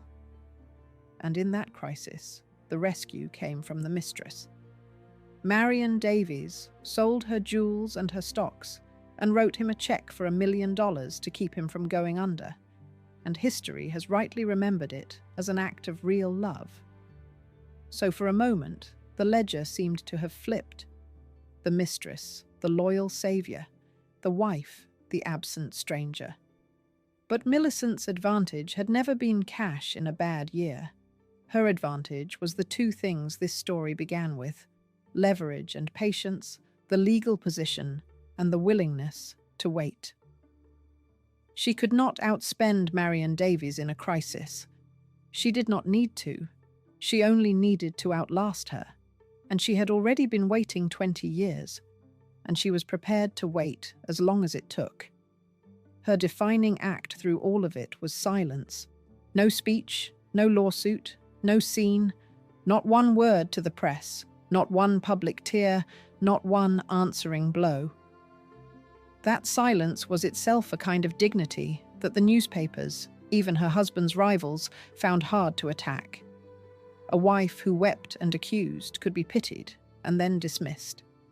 A wife who said nothing, who went on with her charities and her sons and her season as though the whole humiliating spectacle on the coast were beneath her notice, gave the world nothing to gossip about except the man's own behavior. She turned her refusal to speak into a mirror, and the reflection that came back always fell on him. And all the while she was quietly building the one case that only time could close. The case that she, and not the woman in the castle, was the wife, would remain the wife, and would one day be the widow. She simply held the name and said nothing, and waited for the day the account would close. Chapter 13. The stranger walks around the coffin. When Hearst lay dying, his sons had Marion Davies sedated, and she woke to find the body already gone. It came in the summer of 1951 in a house in Beverly Hills, and the scene of it is the most cinematic and the most terrible in this whole story, and every detail is documented. As the old man lay dying, The woman who had shared his life for 30 years was overcome, and his sons, Millicent's sons, had the doctors sedate her, and she was put to sleep with a drug while the man she loved died in the next stretch of hours. And when Marion Davies woke, he was gone, and so was his body. The sons had removed it, taken it away for burial, and with it, every trace that she had ever lived there beside him. It was a cold and deliberate erasure, carried out in the hours around a death, and it tells plainly which family had won the long war of the marriage. The sons were Millicent's sons. It was Millicent's sons who gave the order to sedate the woman their father loved, and Millicent's sons who carried his body out of the house she had made a home, and Millicent's sons who cleared the rooms of her presence before she woke. 30 years of a shared life, and in a single night it was as though she had never been there at all. The wife had not needed to lift a hand. Her blood did it for her, because her blood was the only blood the law and the name recognized, and that recognition, held for 40 patient years, was about to pay its full and final dividend. In her own words, which are the rawest thing anyone left behind about that day, his body was gone. Whoosh, like that. And she said they had stolen a possession of hers, and she said they had not even let her say goodbye. 30 years. And she woke to an empty room and a vanished body, and the discovery that in the end she had held none of it at all. And the funeral belonged to Millicent. It was held in the cathedral high above San Francisco, the cathedral the story opened in. Some 1,500 mourners, a cortege of 22 black cars, the whole machinery of a great man's obsequies, and at the center of it, in black, receiving the condolences of a nation, stood the widow. The wife, who had not truly shared his life for 29 years, stood at the coffin as his lawful wife, his relict, the mother of his heirs. While 3,000 miles away, the woman who had actually shared those years sat on the floor of a room in Los Angeles and said the Lord's Prayer alone. There is a line a reporter wrote about that day that is the truest single sentence in this entire story, and the story has been building toward it from the first frame. Hearst's widow, the reporter wrote, almost a stranger to him for his last 29 years, stood over the casket as his lawful wife. The stranger owned the goodbye. The woman who loved him had the memory. The wife had the body, and the funeral, and the name. The funeral was staged with the full machinery of a great man's passing, a cathedral packed with 1,500 mourners, a cortege of 22 black cars winding through the city. The whole apparatus of national grief performed around a widow who had not truly been his wife in any lived sense for close to 30 years. And while it went on, the woman who had actually shared those years knelt on the floor of a room in Los Angeles and said the Lord's Prayer alone, uninvited, unable to attend, erased from the record of the death as completely as her belongings had been carried out of the house. There were 2 women in the story of that death, and the age had a place at the coffin for only one of them, and the place went, as it always did, to the one who held the paper.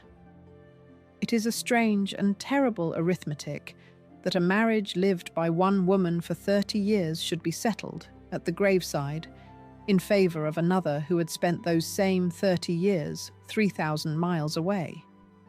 But the age had never rewarded the living of a marriage. It rewarded the holding of it, the legal fact, the signed and unbroken paper. And Millicent had held that paper through every humiliation the man could hand her, precisely so that on the one day it counted for everything, it would be hers to present.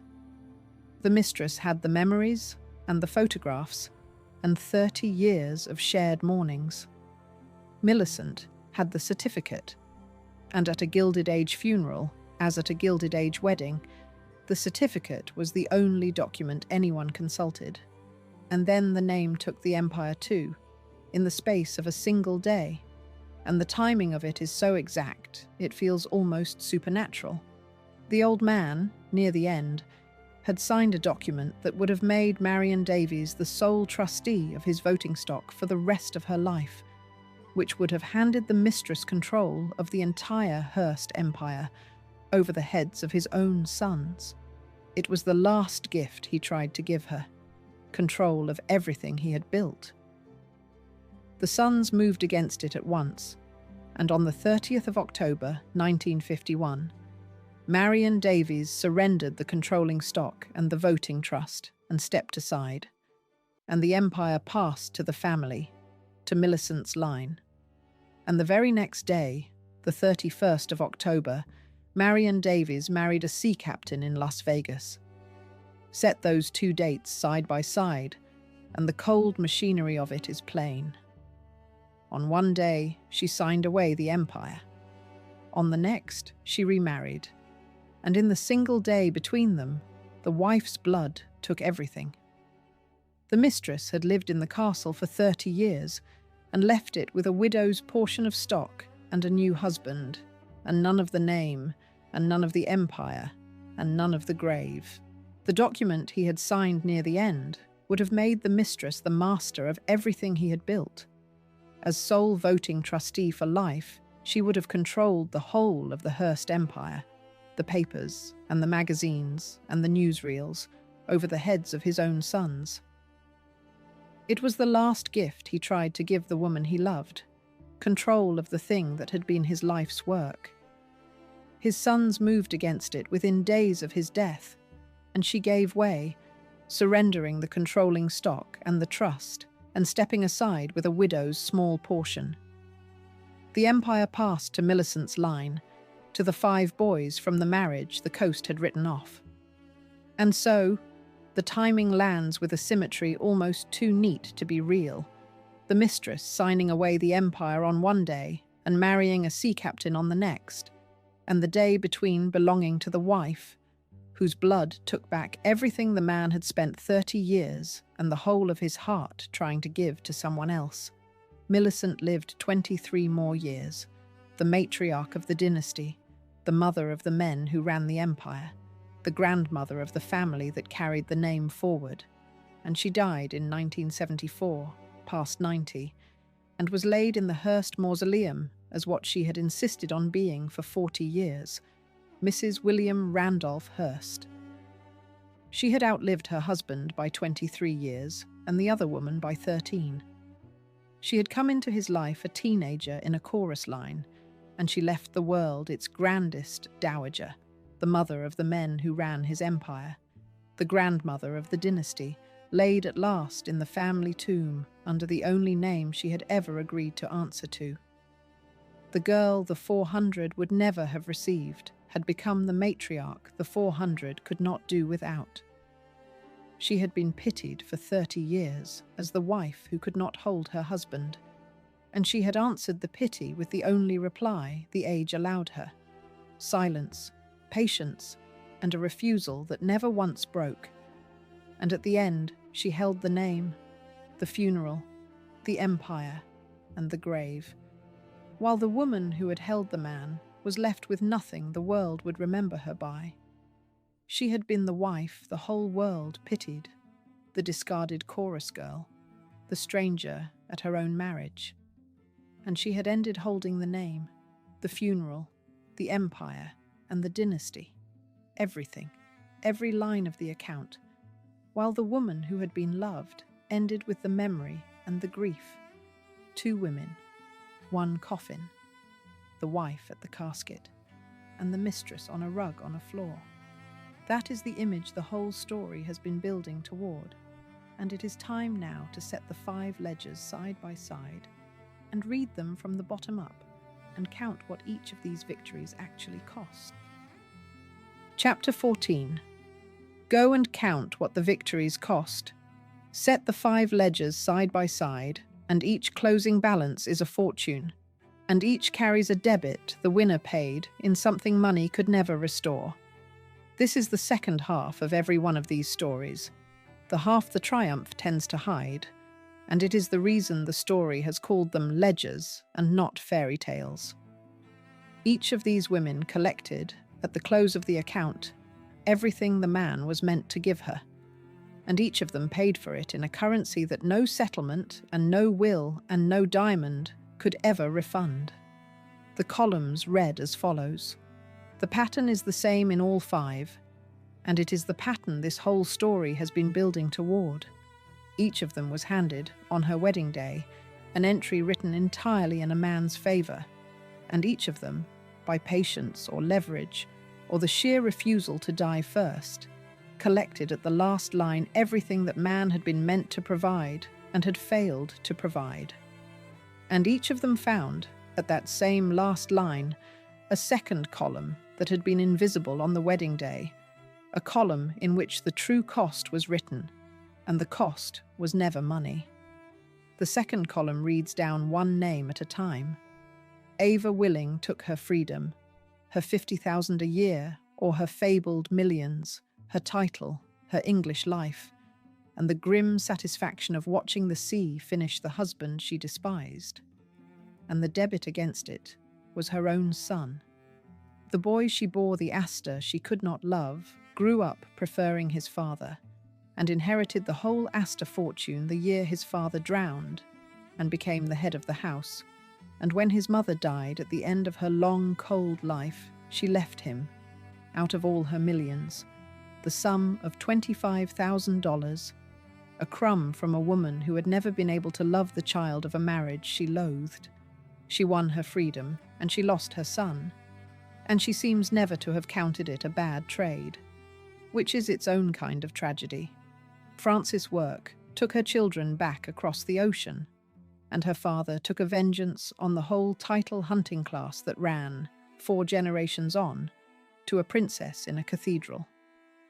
And the debit is the princess herself, and the long shadow over that bloodline, a great-great-granddaughter who became the most famous woman in the world and died young and tragically, so that the triumphant American blood the old man tried to keep pure produced, at the end of its most glittering branch, one of the century's great public sorrows.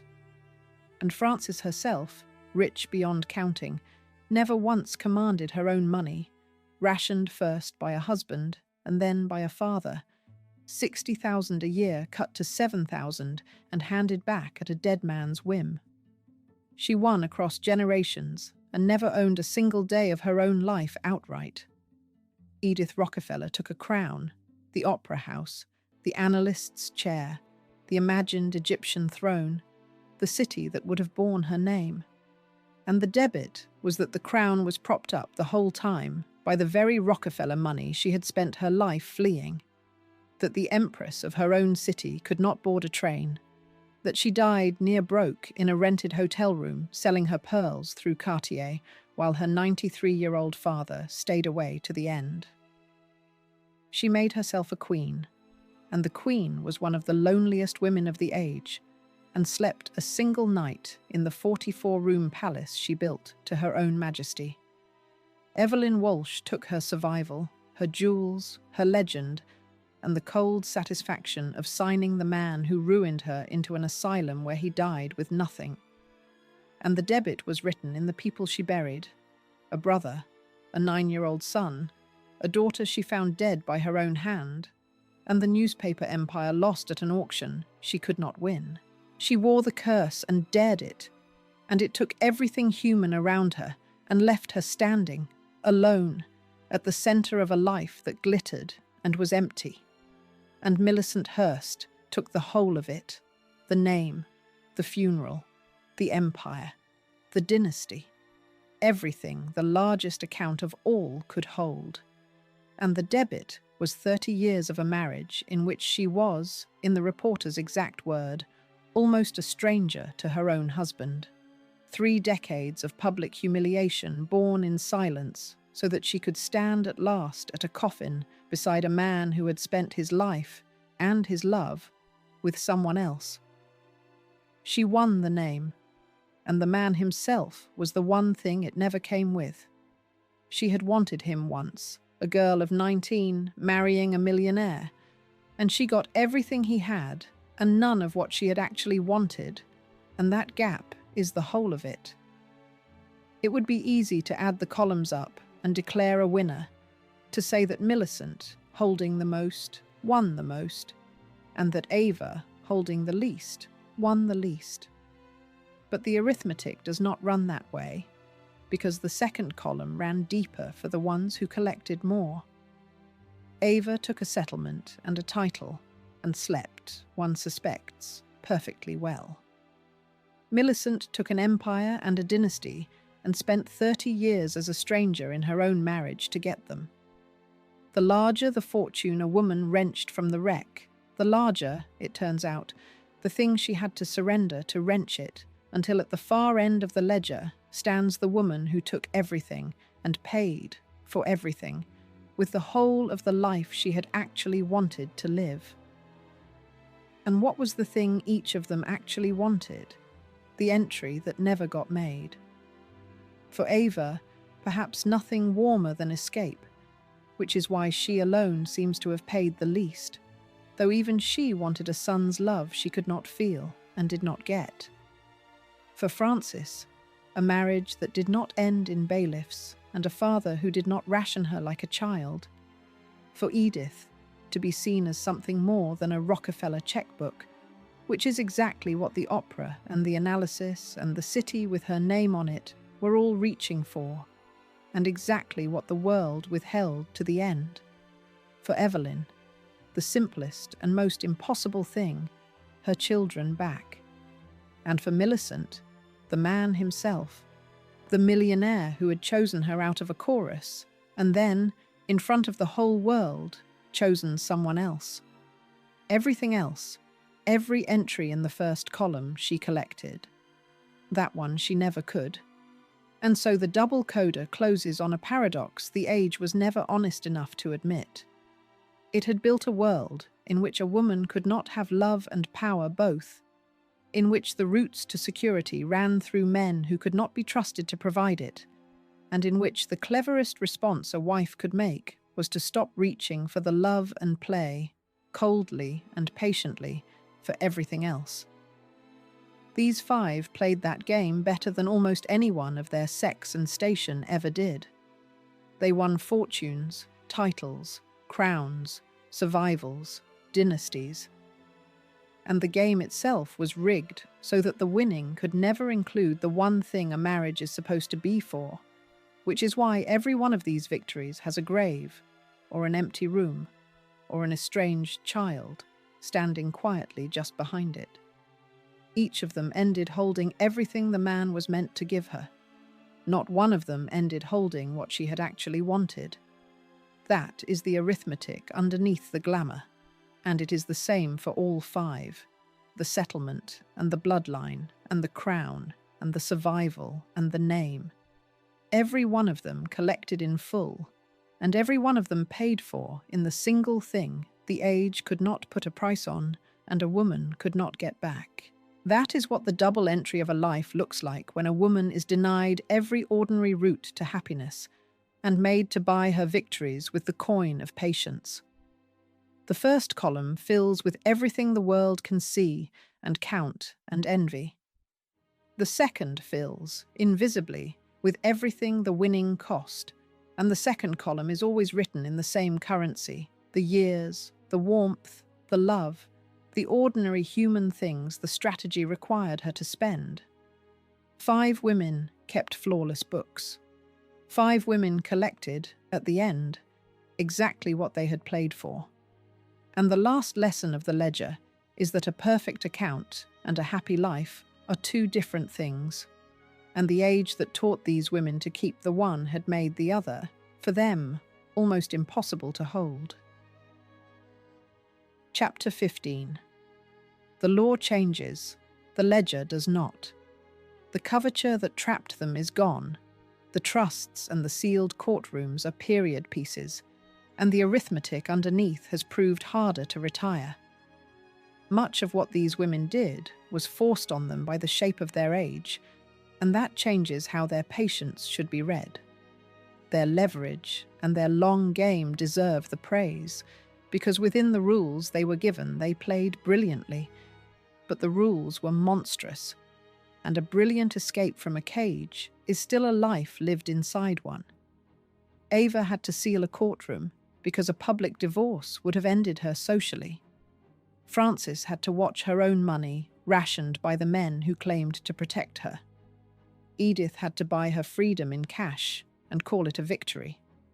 Evelyn had to use the machinery of a lunacy commission because it was one of the few legal instruments the age placed in a wife's hand.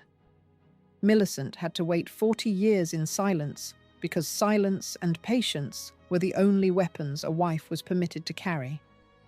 How much of all that celebrated patience was virtue, and how much was simply the only tender the age would let a woman spend?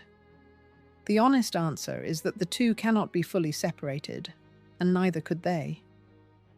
There is a temptation, looking back across a century, to make these women into heroines who beat the system, and it is a temptation to resist, because the system is precisely what beat them into the shape they took.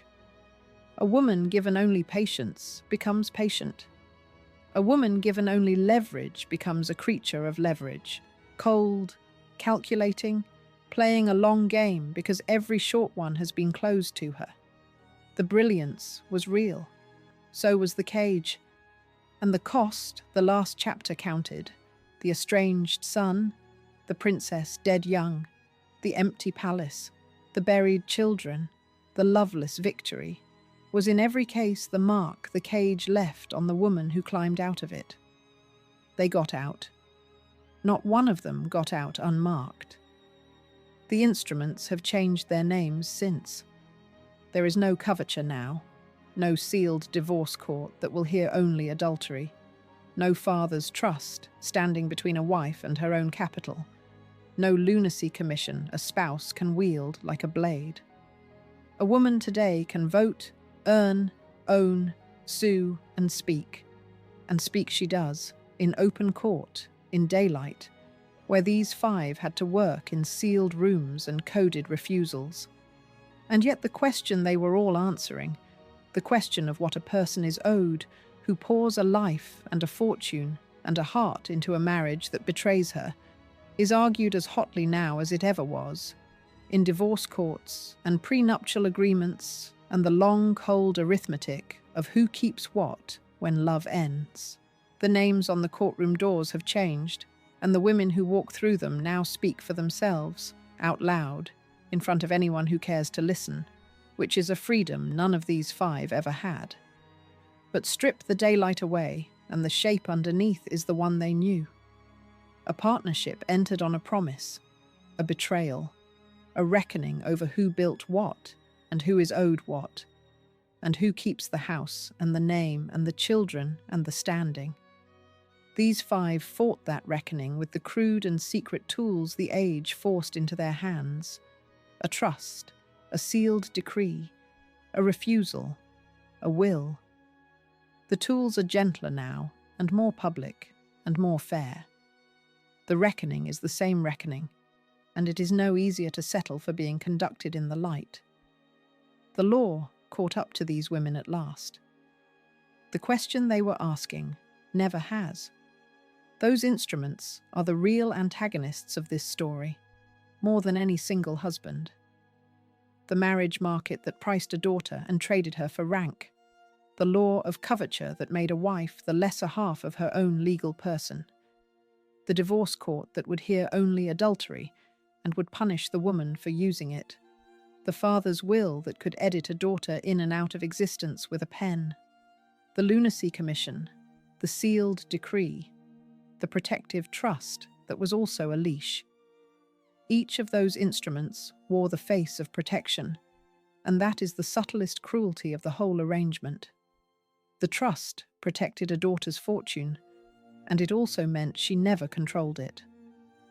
The sealed courtroom protected a wife's reputation, and it also meant she could never tell her side aloud.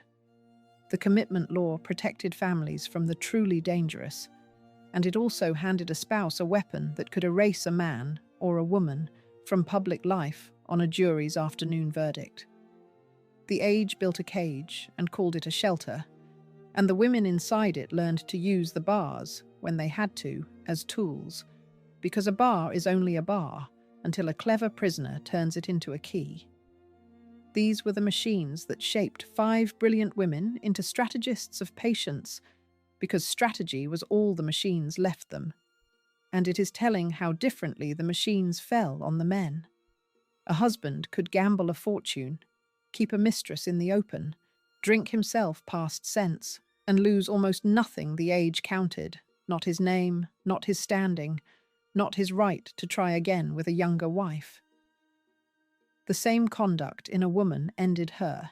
That asymmetry is the engine under every story here.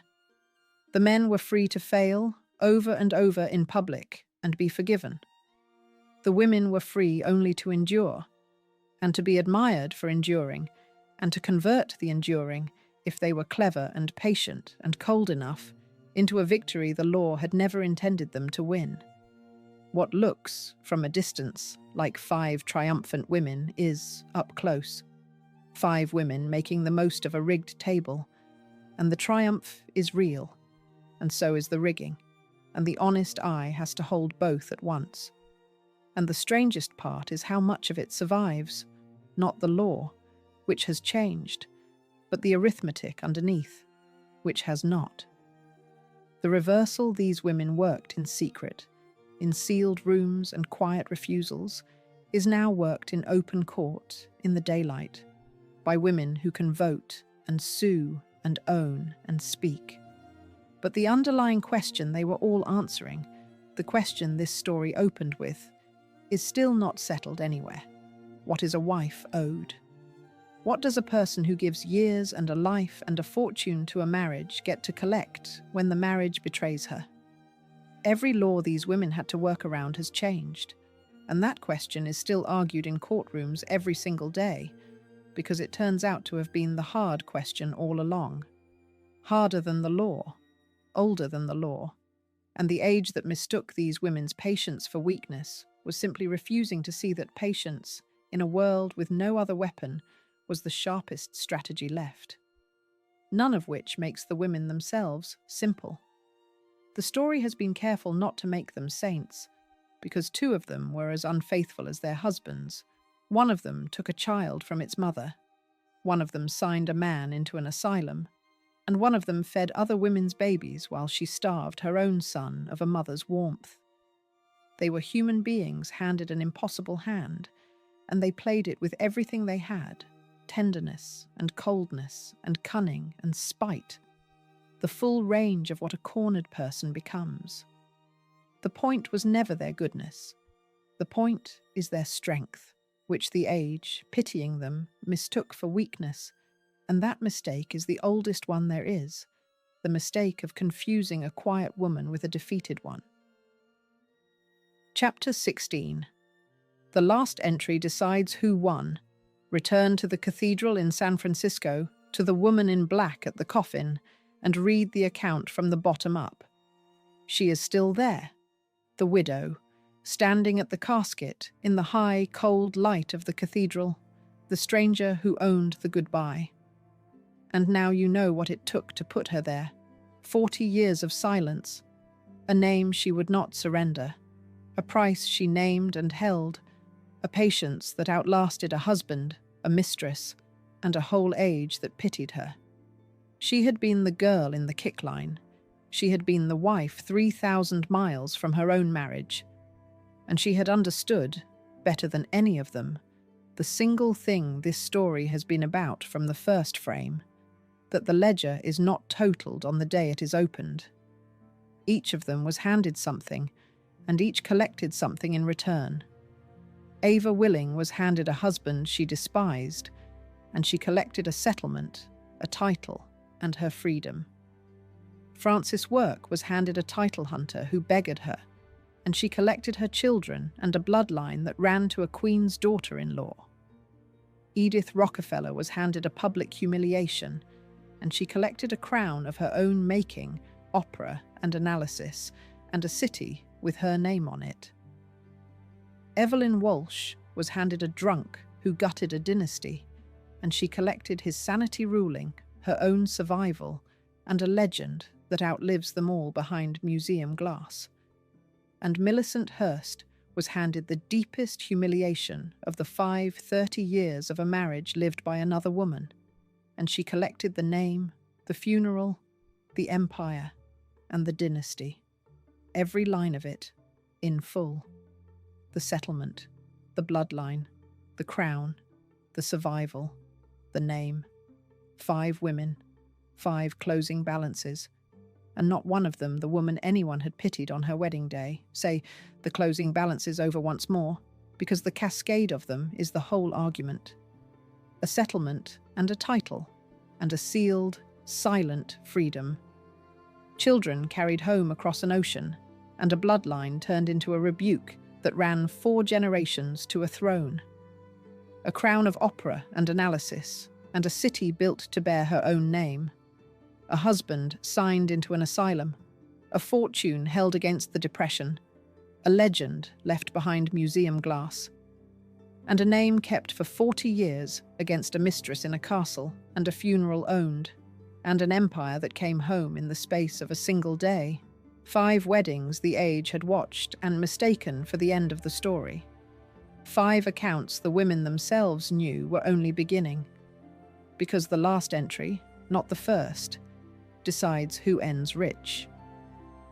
The age had watched all 5 of their weddings and totaled the wrong column, the gowns and the gifts and the crossing of the aisle, and it had written each of them down, in the years of their humiliation, as a woman who had lost.